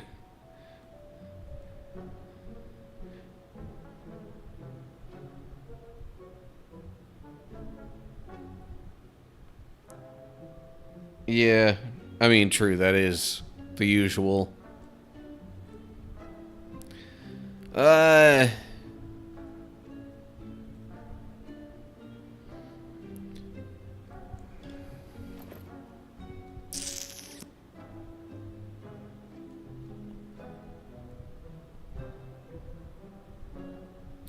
Yeah, I don't know. Gut's telling me don't do it.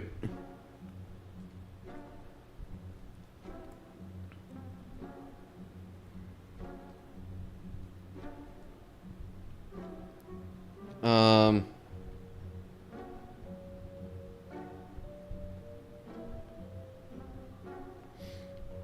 Yeah, okay. Well, I've already moved on at this point. I'm wondering if there's a little bit of lag. This and if there's lag between me and the chat, that's what sometimes causes this to delay a bit. Okay, scrolling.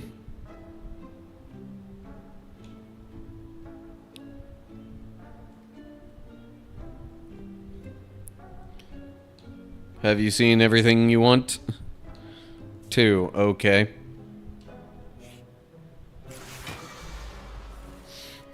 You really want me to run into an elite, huh?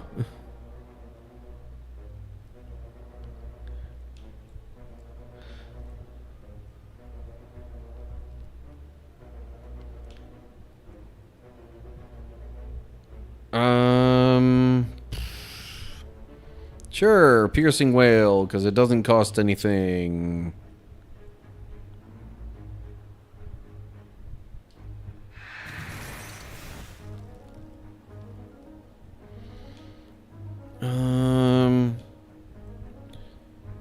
Okay, so kind of want to get rid of the shelled parasite first, because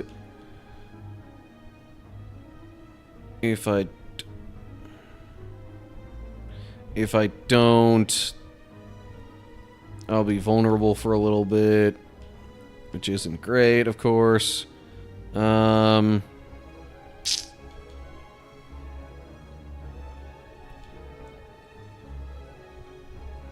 For now, I think I'm just gonna do... I know the shelled parasite likes to do multi-hit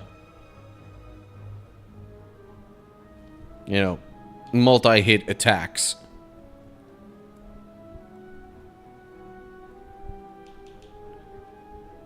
So, caltrops and genetic algorithm.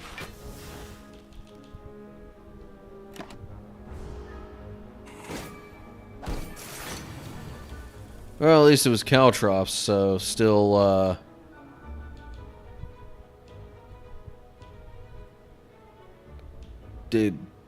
so I get to keep those beyond this turn, is what I'm trying to get at.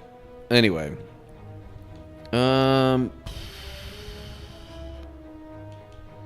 Okay, so cloak and dagger.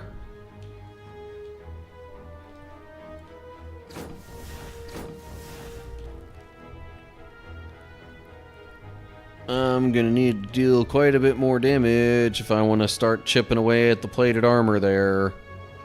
So you know what? Flame barrier and storm of steel.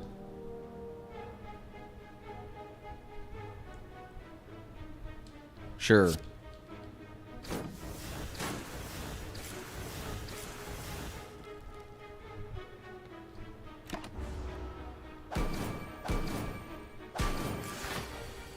Okay. Definitely liking the payback damage that all that did there. Ooh, hello. Go for the eyes. I mean... yeah, I'm like, that one's gotta be going for an attack. Like, does it ever not attack?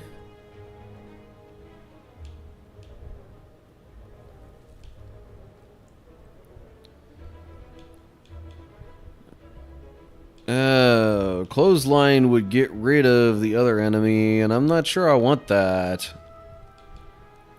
So, clothesline on the shelled parasites. And... heat sinks.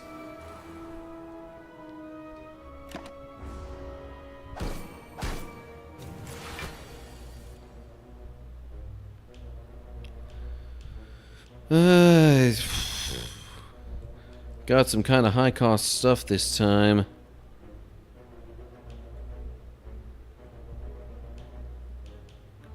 I could do protect, and then cleave, and then sneaky strike on the parasite.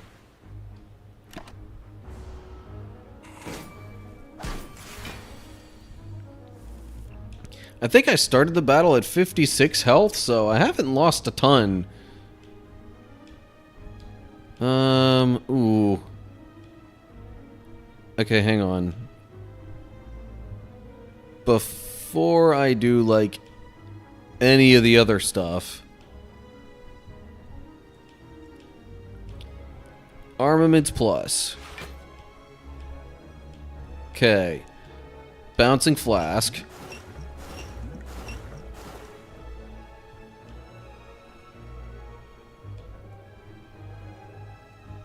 Unload plus on the parasite,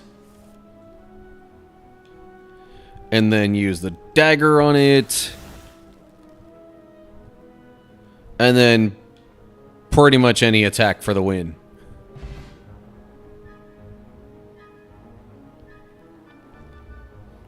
But yeah, I figured that's like the main point of the plated armor. Doesn't have to block itself, it just gets all of its blocking from that.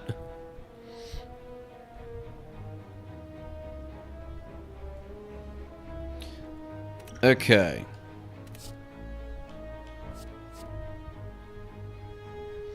Potion's full, yeah, which means I might want to use one next battle.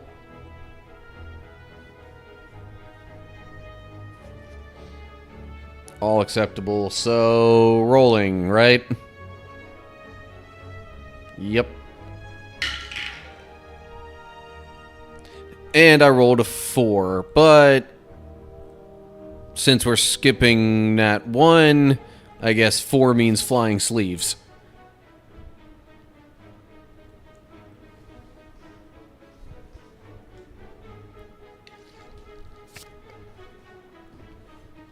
Okay. No path choice here.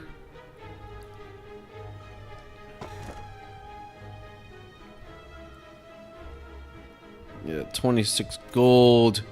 Orichalcum. Right. Yeah, actually no path choice for a little while. Oh, yay. These two. So much fun. Well, I'm definitely not getting to signature move this time, because, like, practically everything in my hand is an attack.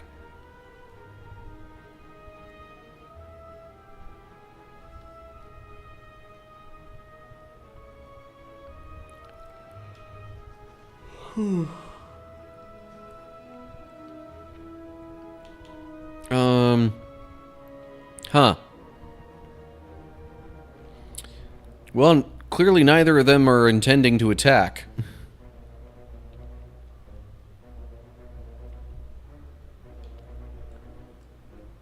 Okay, sneaky strike. Wait, what? Now it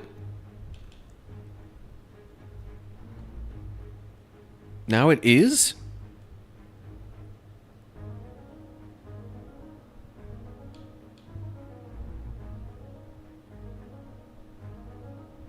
I didn't think the cultists changed their intent when taking damage like that.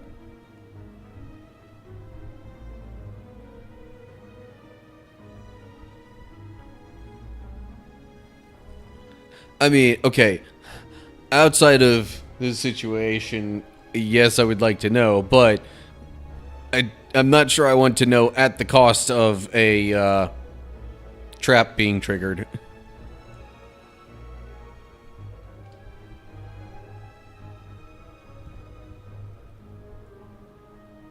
Well, I mean, I guess that's true. It is.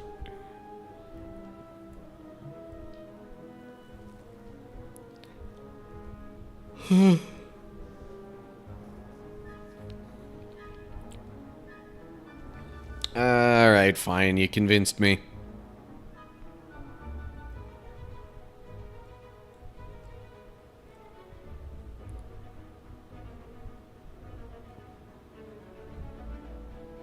Well,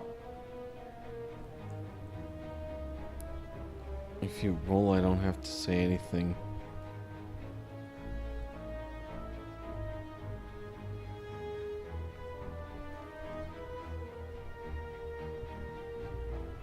What do you mean? Like, doesn't me rolling then just kind of show the intent that for sure, yes, I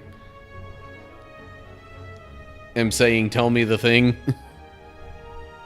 I mean, sure, honor system, whatever.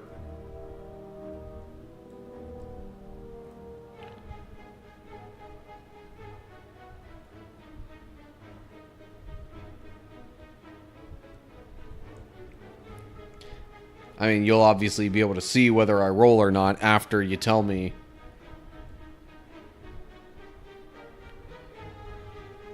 Cultist always starts with an incantation followed by a dark strike every turn after.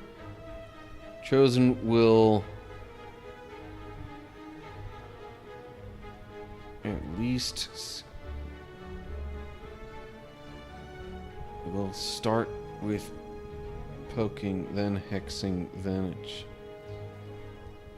you want to know more specifics, you will have to pay with another roll. Okay, that didn't explain the whole thing that brought about the idea of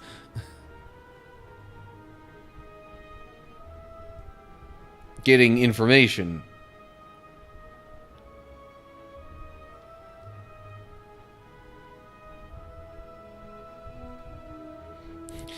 Because the whole reason I was confused was like, wait, go for the eyes didn't indicate intent to attack, but then I hit the cultist and now there's intent to attack?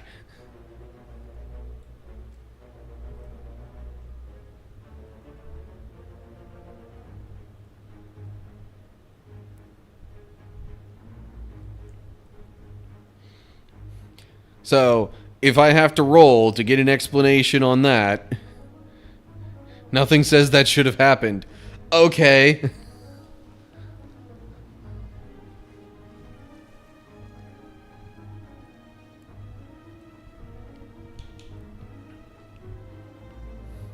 Well, I would assume it's the cultist that's intent on attacking now.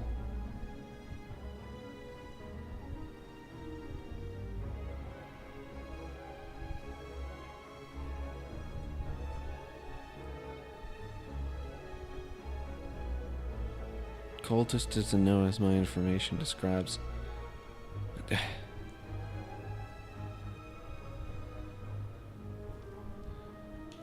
So the chosen... So it is the chosen... So was that just some glitchy little thing where Go for the Eyes just didn't show that at first when it should have?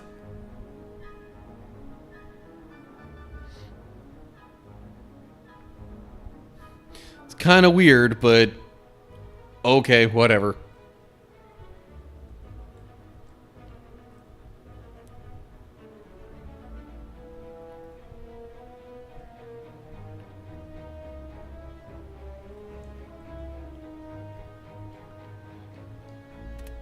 So I gotta save and quit, back out, and restart.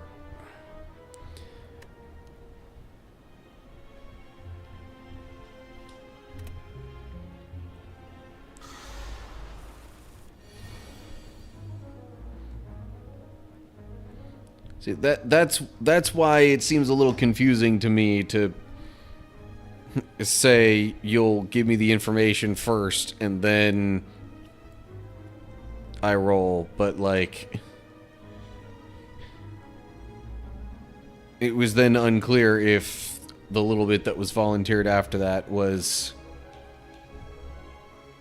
okay. Well, I had done Sneaky Strike before asking for the information. See, and it's still It's still acting like that again. Anyway. Okay, well. See, all this, like... Really, it's almost as much waiting for the randomness that makes this stuff take a while as it is the actual doing of things.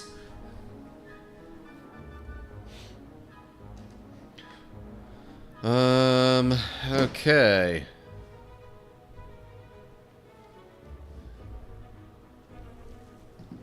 Exercise time, I suppose. And I guess after that, or I could just wrap up this battle first and then do the exercise.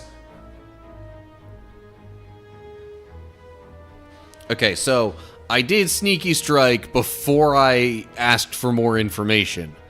So I'm gonna play that first.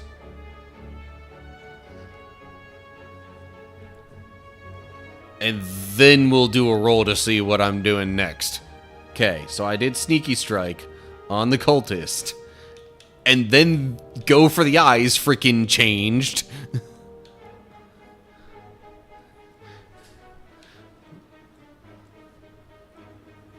Which it did that again. I don't know why it does that.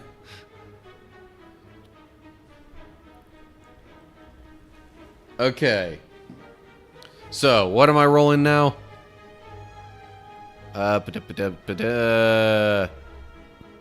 D20. Okay. Rolling D20. Yeah. I was gonna try to show that. Man, that's another freaking 3 that I got.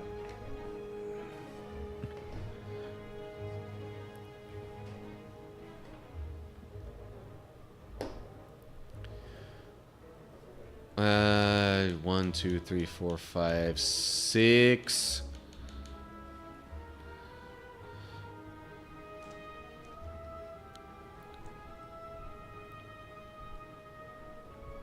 Yeah. Only when it comes to using the D20 for, traps. Okay, 1d6. Here we go. And I rolled a 3 on that as well. I don't know how easy it is to see there. But... okay, so I play Choke first. Which I guess is okay. And then proceed as normal.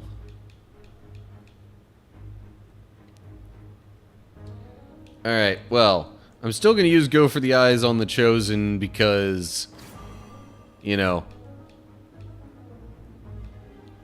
that's the one that's planning to deal the damage.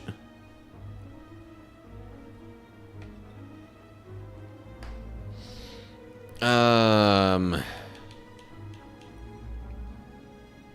I want to play Windmill Strike right now?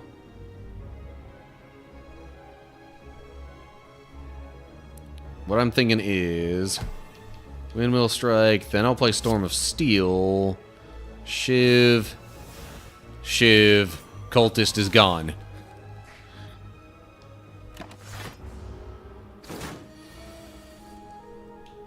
Okay. Heat sinks. Third Eye, because why not?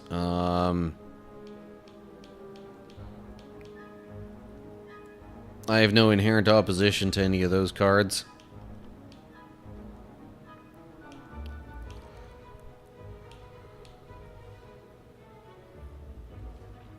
Protect costs a bit much for my liking.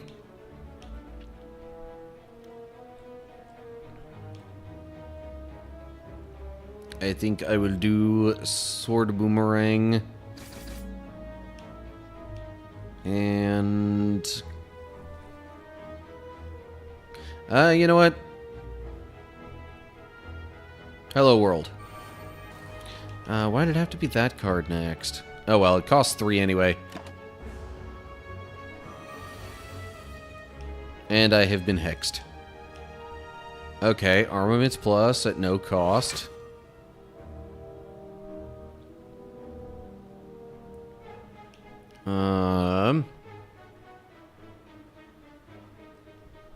Yeah.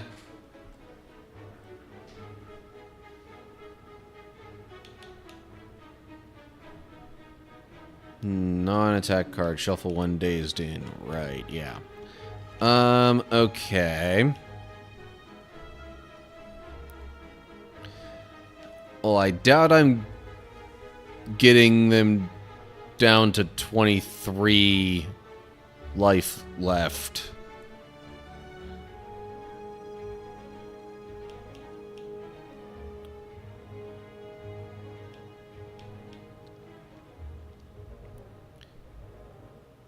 So I'm thinking Caltrops. Enemy does not have weak.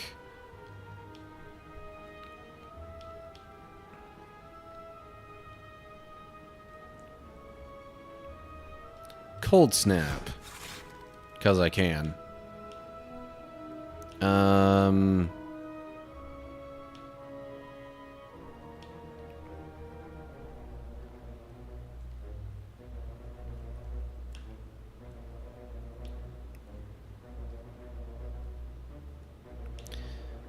And just to get this rolling.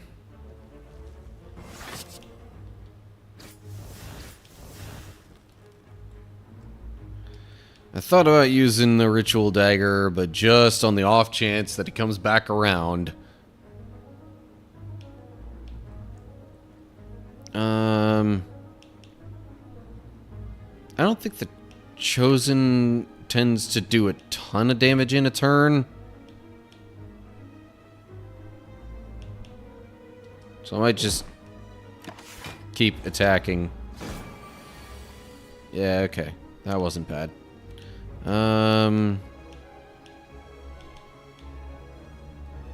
Charge battery, because 0 cost.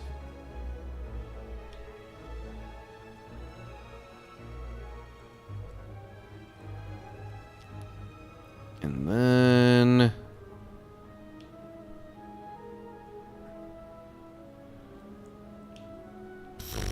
that's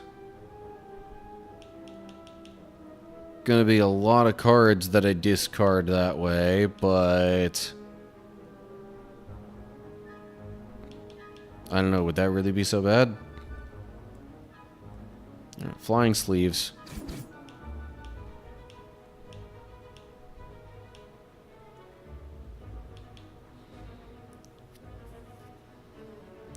Although I guess I could have done Thunderclap first, and then the Flying Sleeves, and then Cleave. Whoops. Oh yeah, it's all coming together.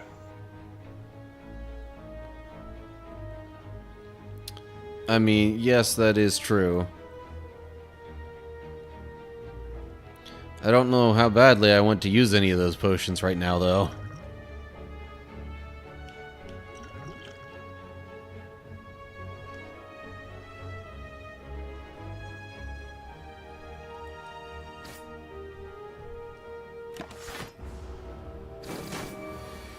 Yeah, that did just a little bit more damage than I had block for. Oh well.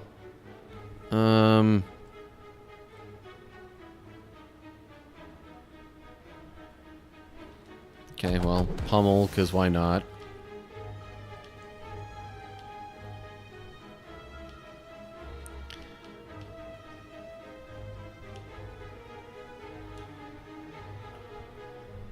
You know what?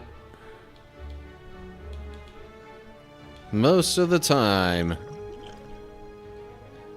when I think I'm gonna be able to take advantage of a speed potion, I get, like, terrible blocking cards.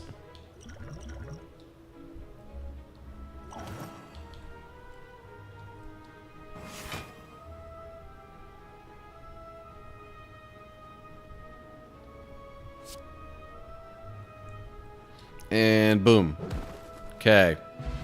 And wouldn't you know it, I got a Swift Potion. Okay.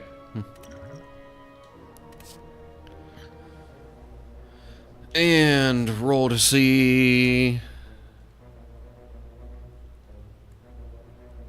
Oh, right. Not necessarily roll to see. Seth says 1. Okay. Dark Embrace.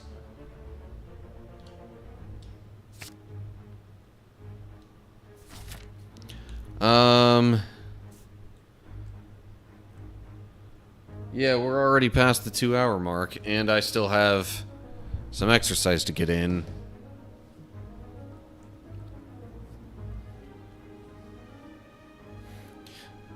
Have to move? What do you mean I have to? Oh, well, yeah, I've got to, right. I got to go to the next thing to lock in what I've done so far. Oh, yay. It's the stabby book.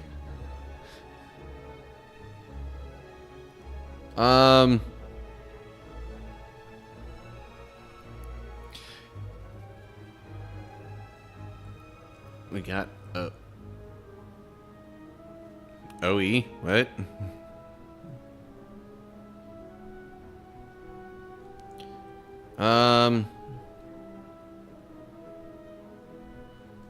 Either way, let's roll 3d6 for the exercise.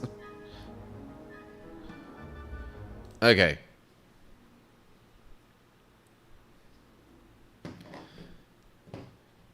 Now, exercise time. Let's see. I'm going one at a time just so we see what it is first. And I rolled another 5. This is why I waited. So more planking.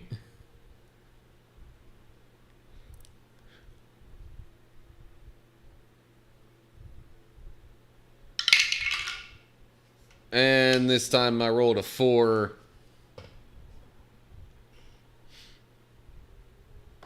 So 40 seconds. All right. I guess because this is the second time, I will do the, like, on the arms, on the forearms variation instead of straight armed.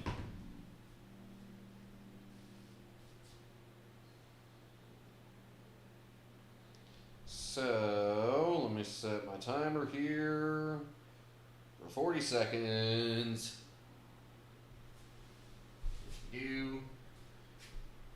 I just realized the microphone's probably a little bit in the way of my head. Unless I turn myself around this way.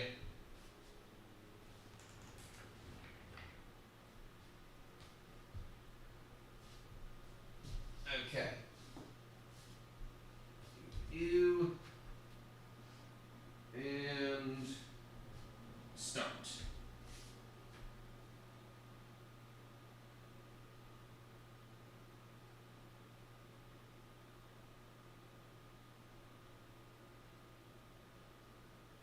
So, if we do finish this act in Slay the Spire, I would rather we kind of go quickly through it.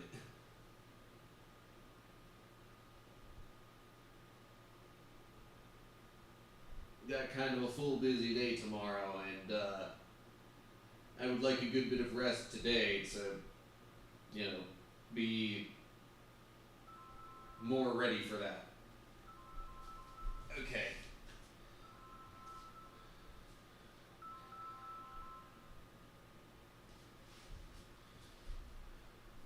"40 seconds done.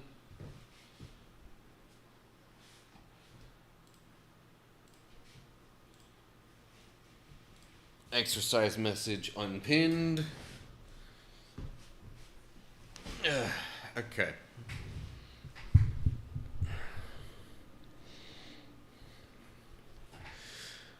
Back to the game.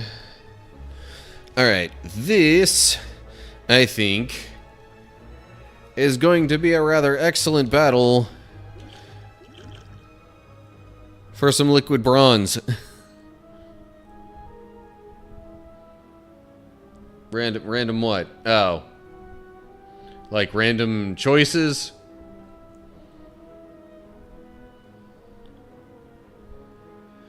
Well, okay. If you're going to put that stipulation on it, then I'd rather just end it now and... Oh, gotcha. Okay. Sorry. The one thing there didn't... Okay. I thought you were saying we're randomizing stuff in the game. I'm like, wait, hang on now.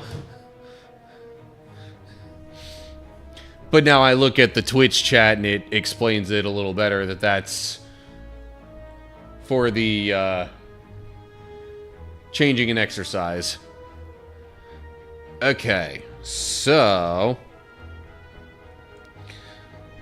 pull up my list here, see which exercise I'm changing. Or I could wait until after the game.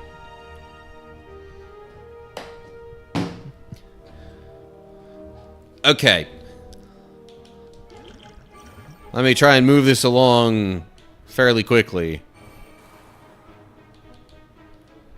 Because we've already gone pretty slowly through quite a bit of this today.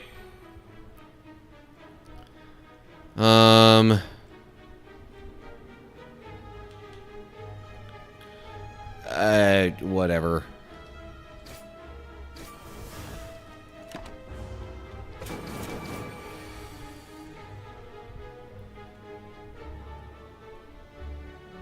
We were discernibly close. Yeah, but, like, if it took us an hour to get through 1, 2, 3, 4, 5, 6, 7, 8... I mean, this could still, especially with the boss in play, this could still take us, like, 20 minutes.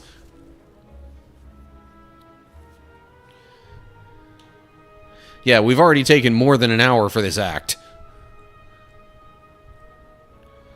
Jeez.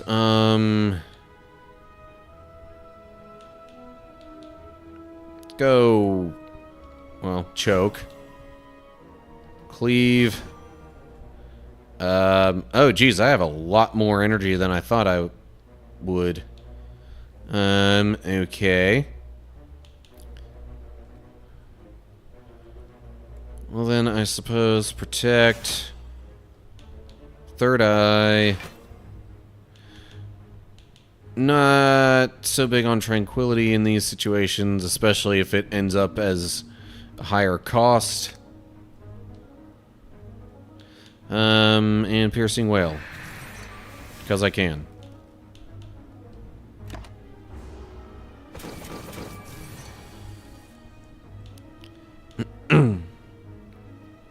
Why I must go for the eyes cost 3.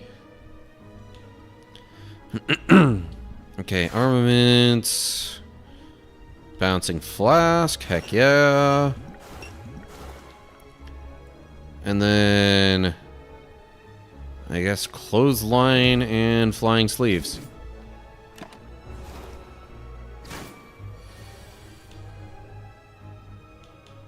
Okay. Heel hook.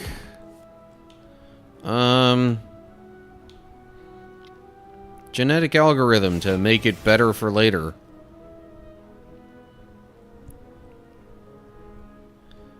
And honestly, I've got more than enough to win this right now.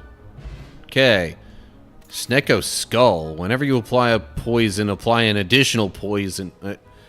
Okay. Which, so far, I think it's only the bouncing flask that does that. Anywho. Okay, wait. I won't just assume I'm rolling for it. 1, okay, spot weakness. Another thing that shows enemy intent for... And, okay. Well, I skipped the previous merchant that randomly came up.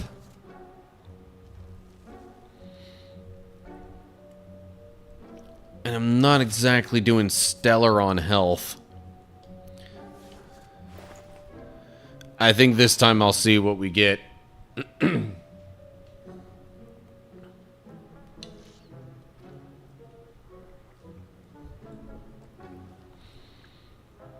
So 5, 6, 7.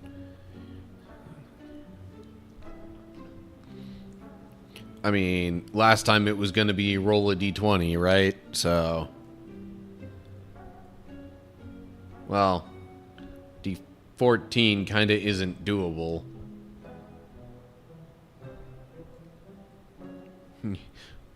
Which, yes, is 1d20 skipping things. Okay. I rolled a 4. Which, should I assume, is actually equivalent to 3? Yeah. Okay.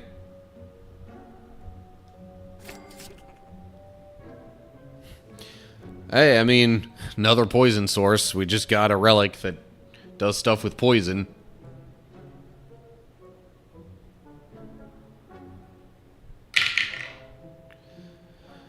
Okay, I rolled a 10.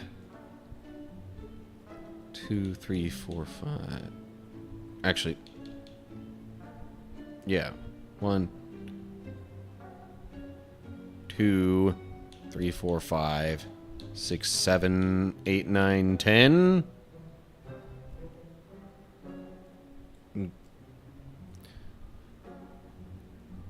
So I'm guessing the membership card is, yeah.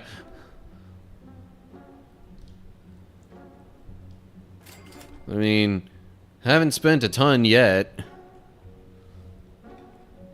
So maybe, who knows?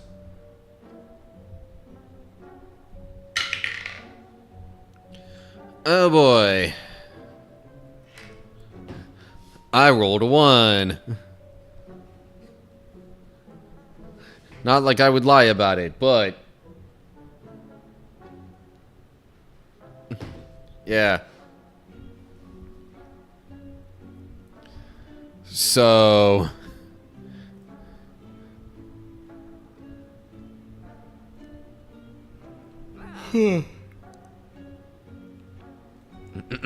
Or done, or remove your best card. Heck no, I ain't removing the best card. I'd rather leave. Okay. Bye-bye, merchant.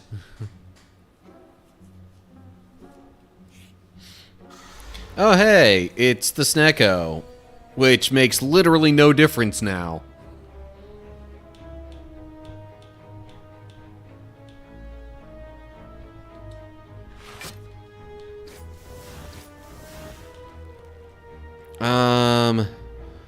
Well, now the bouncing flask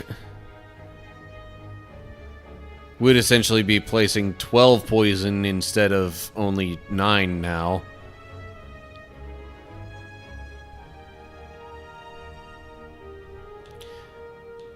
You know what? Sure.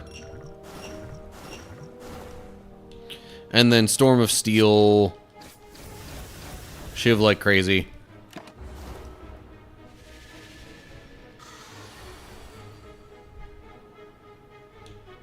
Yeah. It's not like I can be extra confused here. Choke. More poison.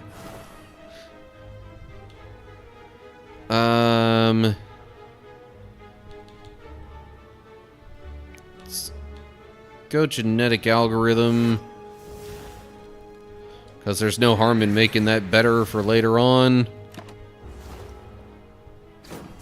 Okay, I did get attacked. I thought I would.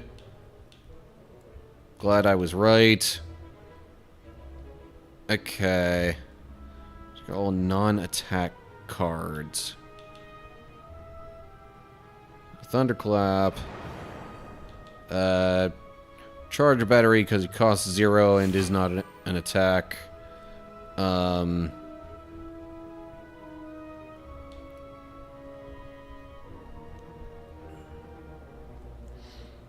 I am like just barely not going to be able to play the signature move. That's a bummer.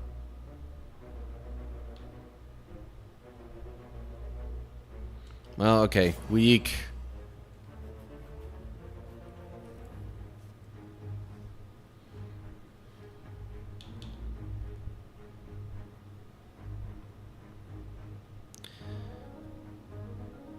I mean, I could play Equilibrium instead of Unload, but... Actually, I think I'm going to deal enough damage anyway. Yeah.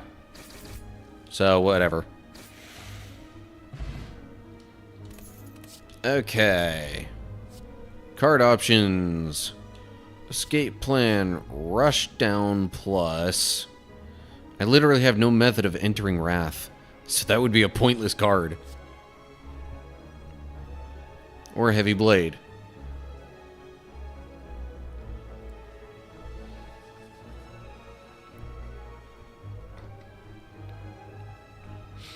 So, you're going to have me roll for this one.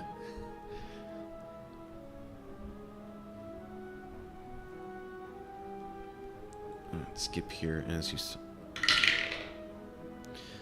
Okay, well, I rolled 18, which...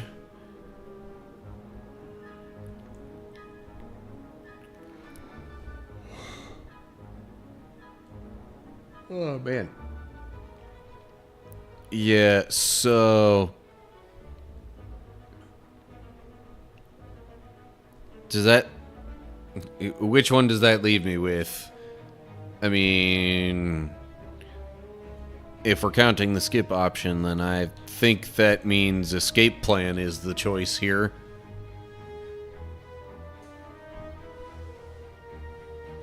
Okay. I mean... Under normal circumstances, it's not the worst card, but also, like, with Snecko involvement, there's a decent chance it's not great either. Path choice here?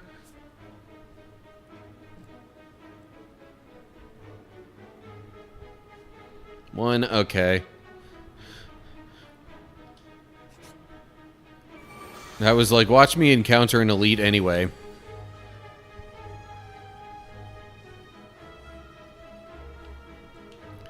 Okay, well.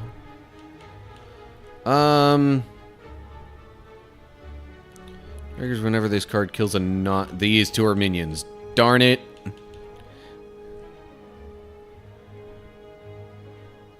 I mean, I could kill one of them off anyway. Not like that hurts me. It's just then the Ritual Dagger doesn't get better.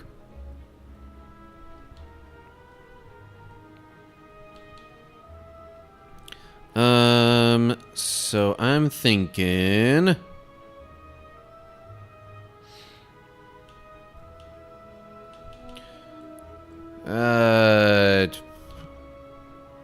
Flame Barrier. Ritual Dagger on that one. Flying Sleeves on the other one. And then lay some Caltrops and move along.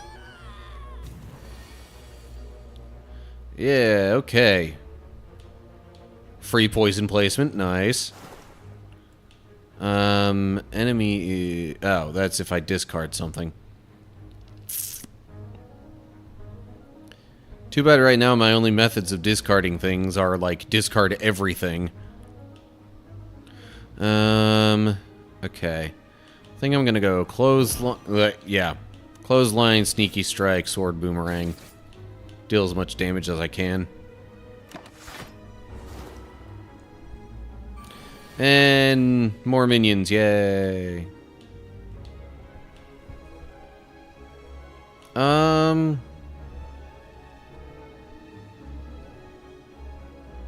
I mean, I don't know if entering Calm is really going to do much for me, but meh.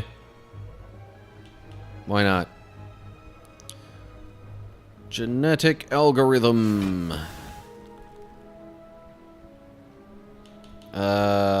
Pummel.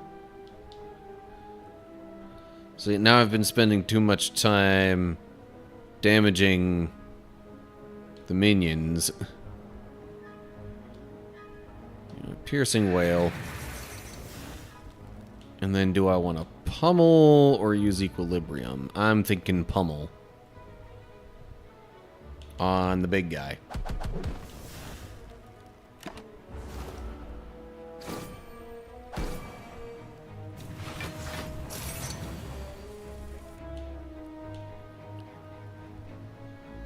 Okay, well, them gaining attack isn't great. Heat sinks. Bouncing Flask.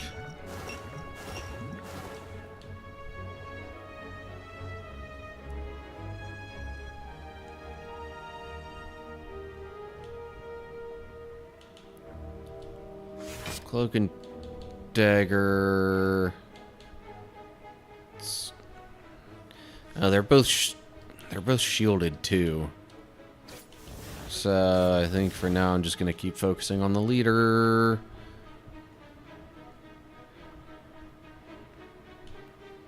It might have been a good idea to play choke in hindsight, but whatever. Charge battery.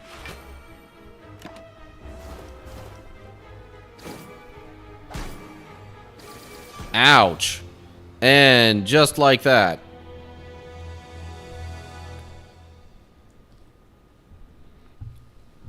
Okay.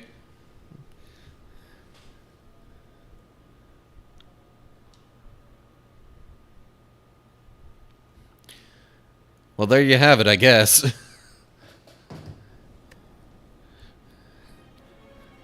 Because, like, once you lose, you don't really have the option of going back and saying, no, wait, I want to redo that. Okay, well, run done, and one last thing, I suppose. Because there is an exercise change to redeem. So, got my list here.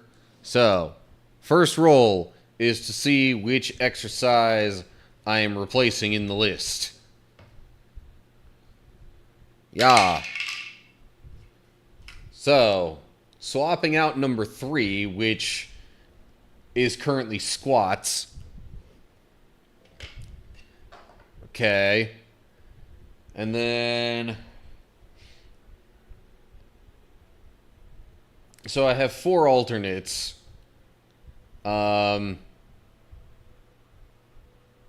Those... I mean, I could roll a 6, and then, like... 1 would be my, like, favorite... 6... Sorry, 1 would be my least favorite. 6 would be my favorite.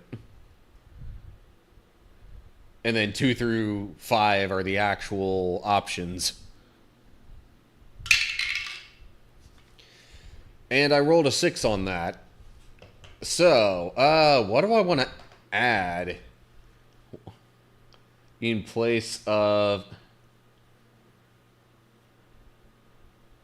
Okay. Just... It's kind of similar to squats. So the options are jumping jacks, running in place, lunges, and crunches, which are kind of like sit-ups, but, you know, you don't go all the way up.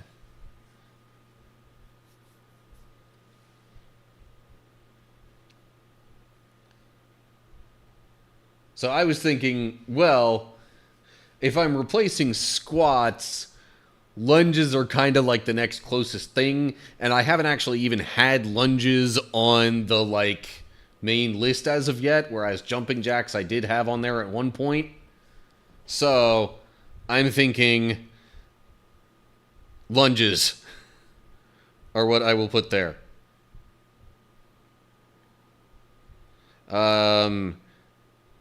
So, squats now go to the end of the alternate list. Or did I have them just straight up changing places on the... Anyway. Yeah, I think I had it going like that, actually. So, number 3 on the main list becomes lunges. And third one on the alternate list now becomes squats.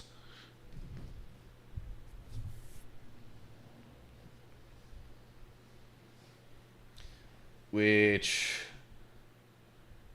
I suppose while I'm thinking about it, I should also actually, like, officially change that stuff on Twitch here. Where's the... Okay. Randomized exercise. Now instead of squats, gets lunges.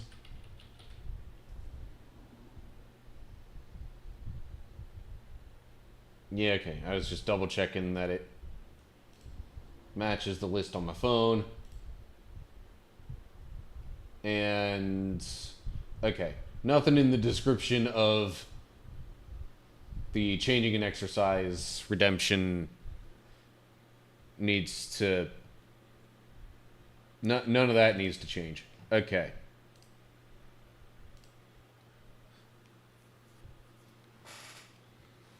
So, lunges. I guess this is one where I gotta roll to see how many I'm doing. Yeah, sets first, or reps per set, and then quantity of sets.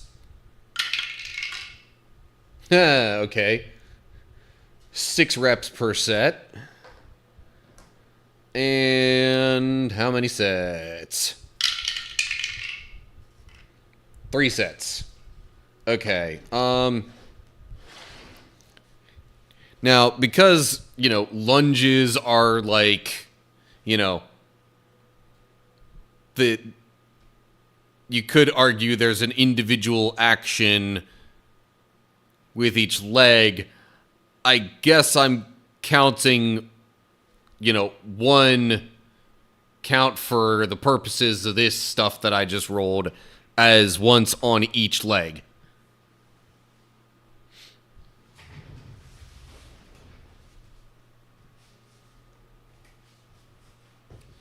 So,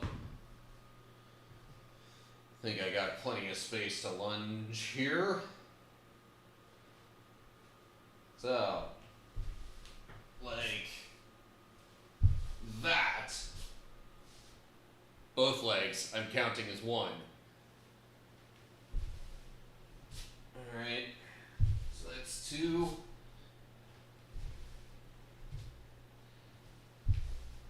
3. 4.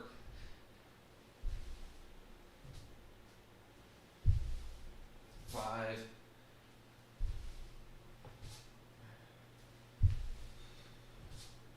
6. So that is just one set like that. And I still have 2 more sets to go. Okay. Whoa. Because of the narrowness of the mat, I'm like losing my balance a little bit here. If I step kind of awkwardly. Okay, so that's number 9. 10.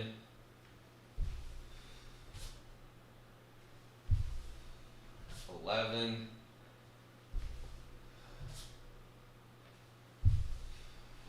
12.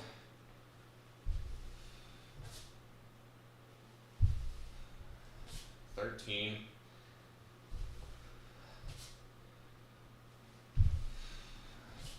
14. 15.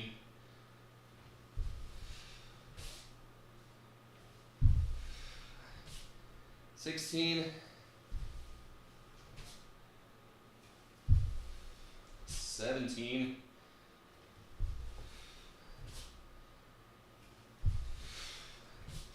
18. There you go.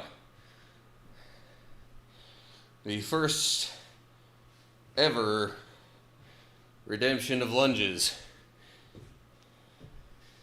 in a live stream of mine.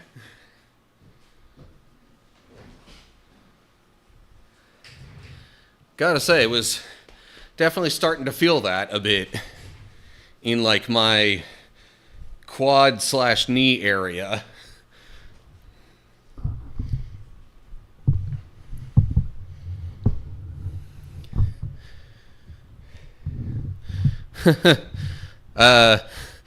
Crutches are a different thing. Crunches, but I get what you meant. Otherwise, tomorrow we get to do some side questing as part of recordings. Well, I mean, yeah, if you count the mission stars and Melody of Memory as side questing, which it kind of is, I guess.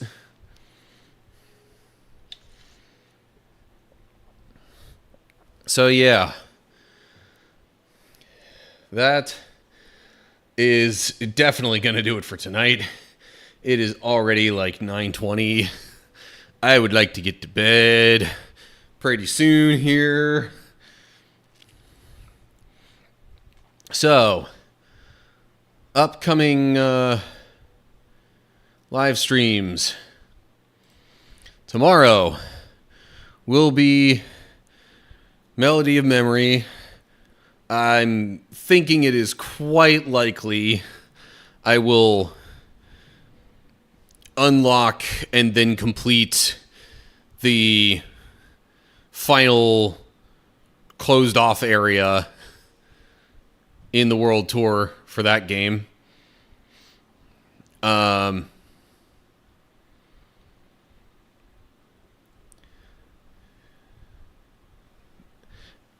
mean, if that doesn't happen, I'm not quite sure how I would proceed from there, but the goal, I think even more so than just streaming for 2 hours, is unlock that stuff and complete it. So, that's tomorrow. A week from today, we'll continue the Bible study with Job 27 and 28. Also, yeah, more side questing for Melody of Memory becoming available. So, decent chance of doing that then as well. And yeah, a week from tomorrow would be Borderlands 4.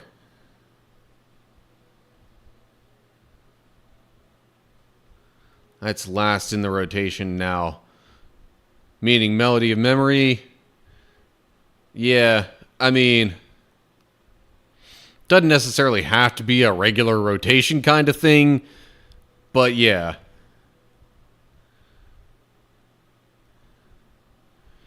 Eventually Borderlands 4 will also be in there. Yeah, seems like there's going to be plenty of side missions to do in that game.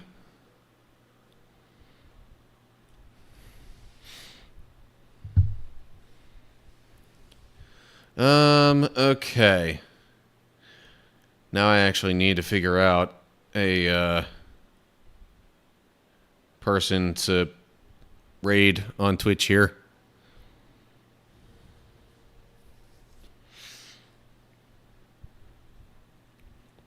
I do see somebody is currently, well, I mean, their little preview thing says stream starting soon, although that might just be the image. Yeah, no, they're actually getting, okay.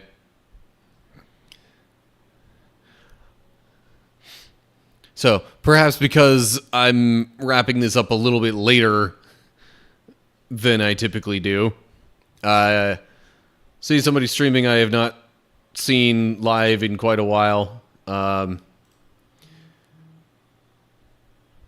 Playing Lord of the Rings Online. I'm not 100% sure at the pronunciation of their channel name. It's like Zodulix or something. But that Because I haven't seen them in a while. That's where I'm sending the raid. So, that's going to do it for me. Hope you're all doing well. Hopefully I'll see you soon for another stream. Feel free to watch edited stuff on YouTube and, you know, messages in other social medias and whatnot. But yeah, whatever ends up happening, till next time, stay cool, everybody.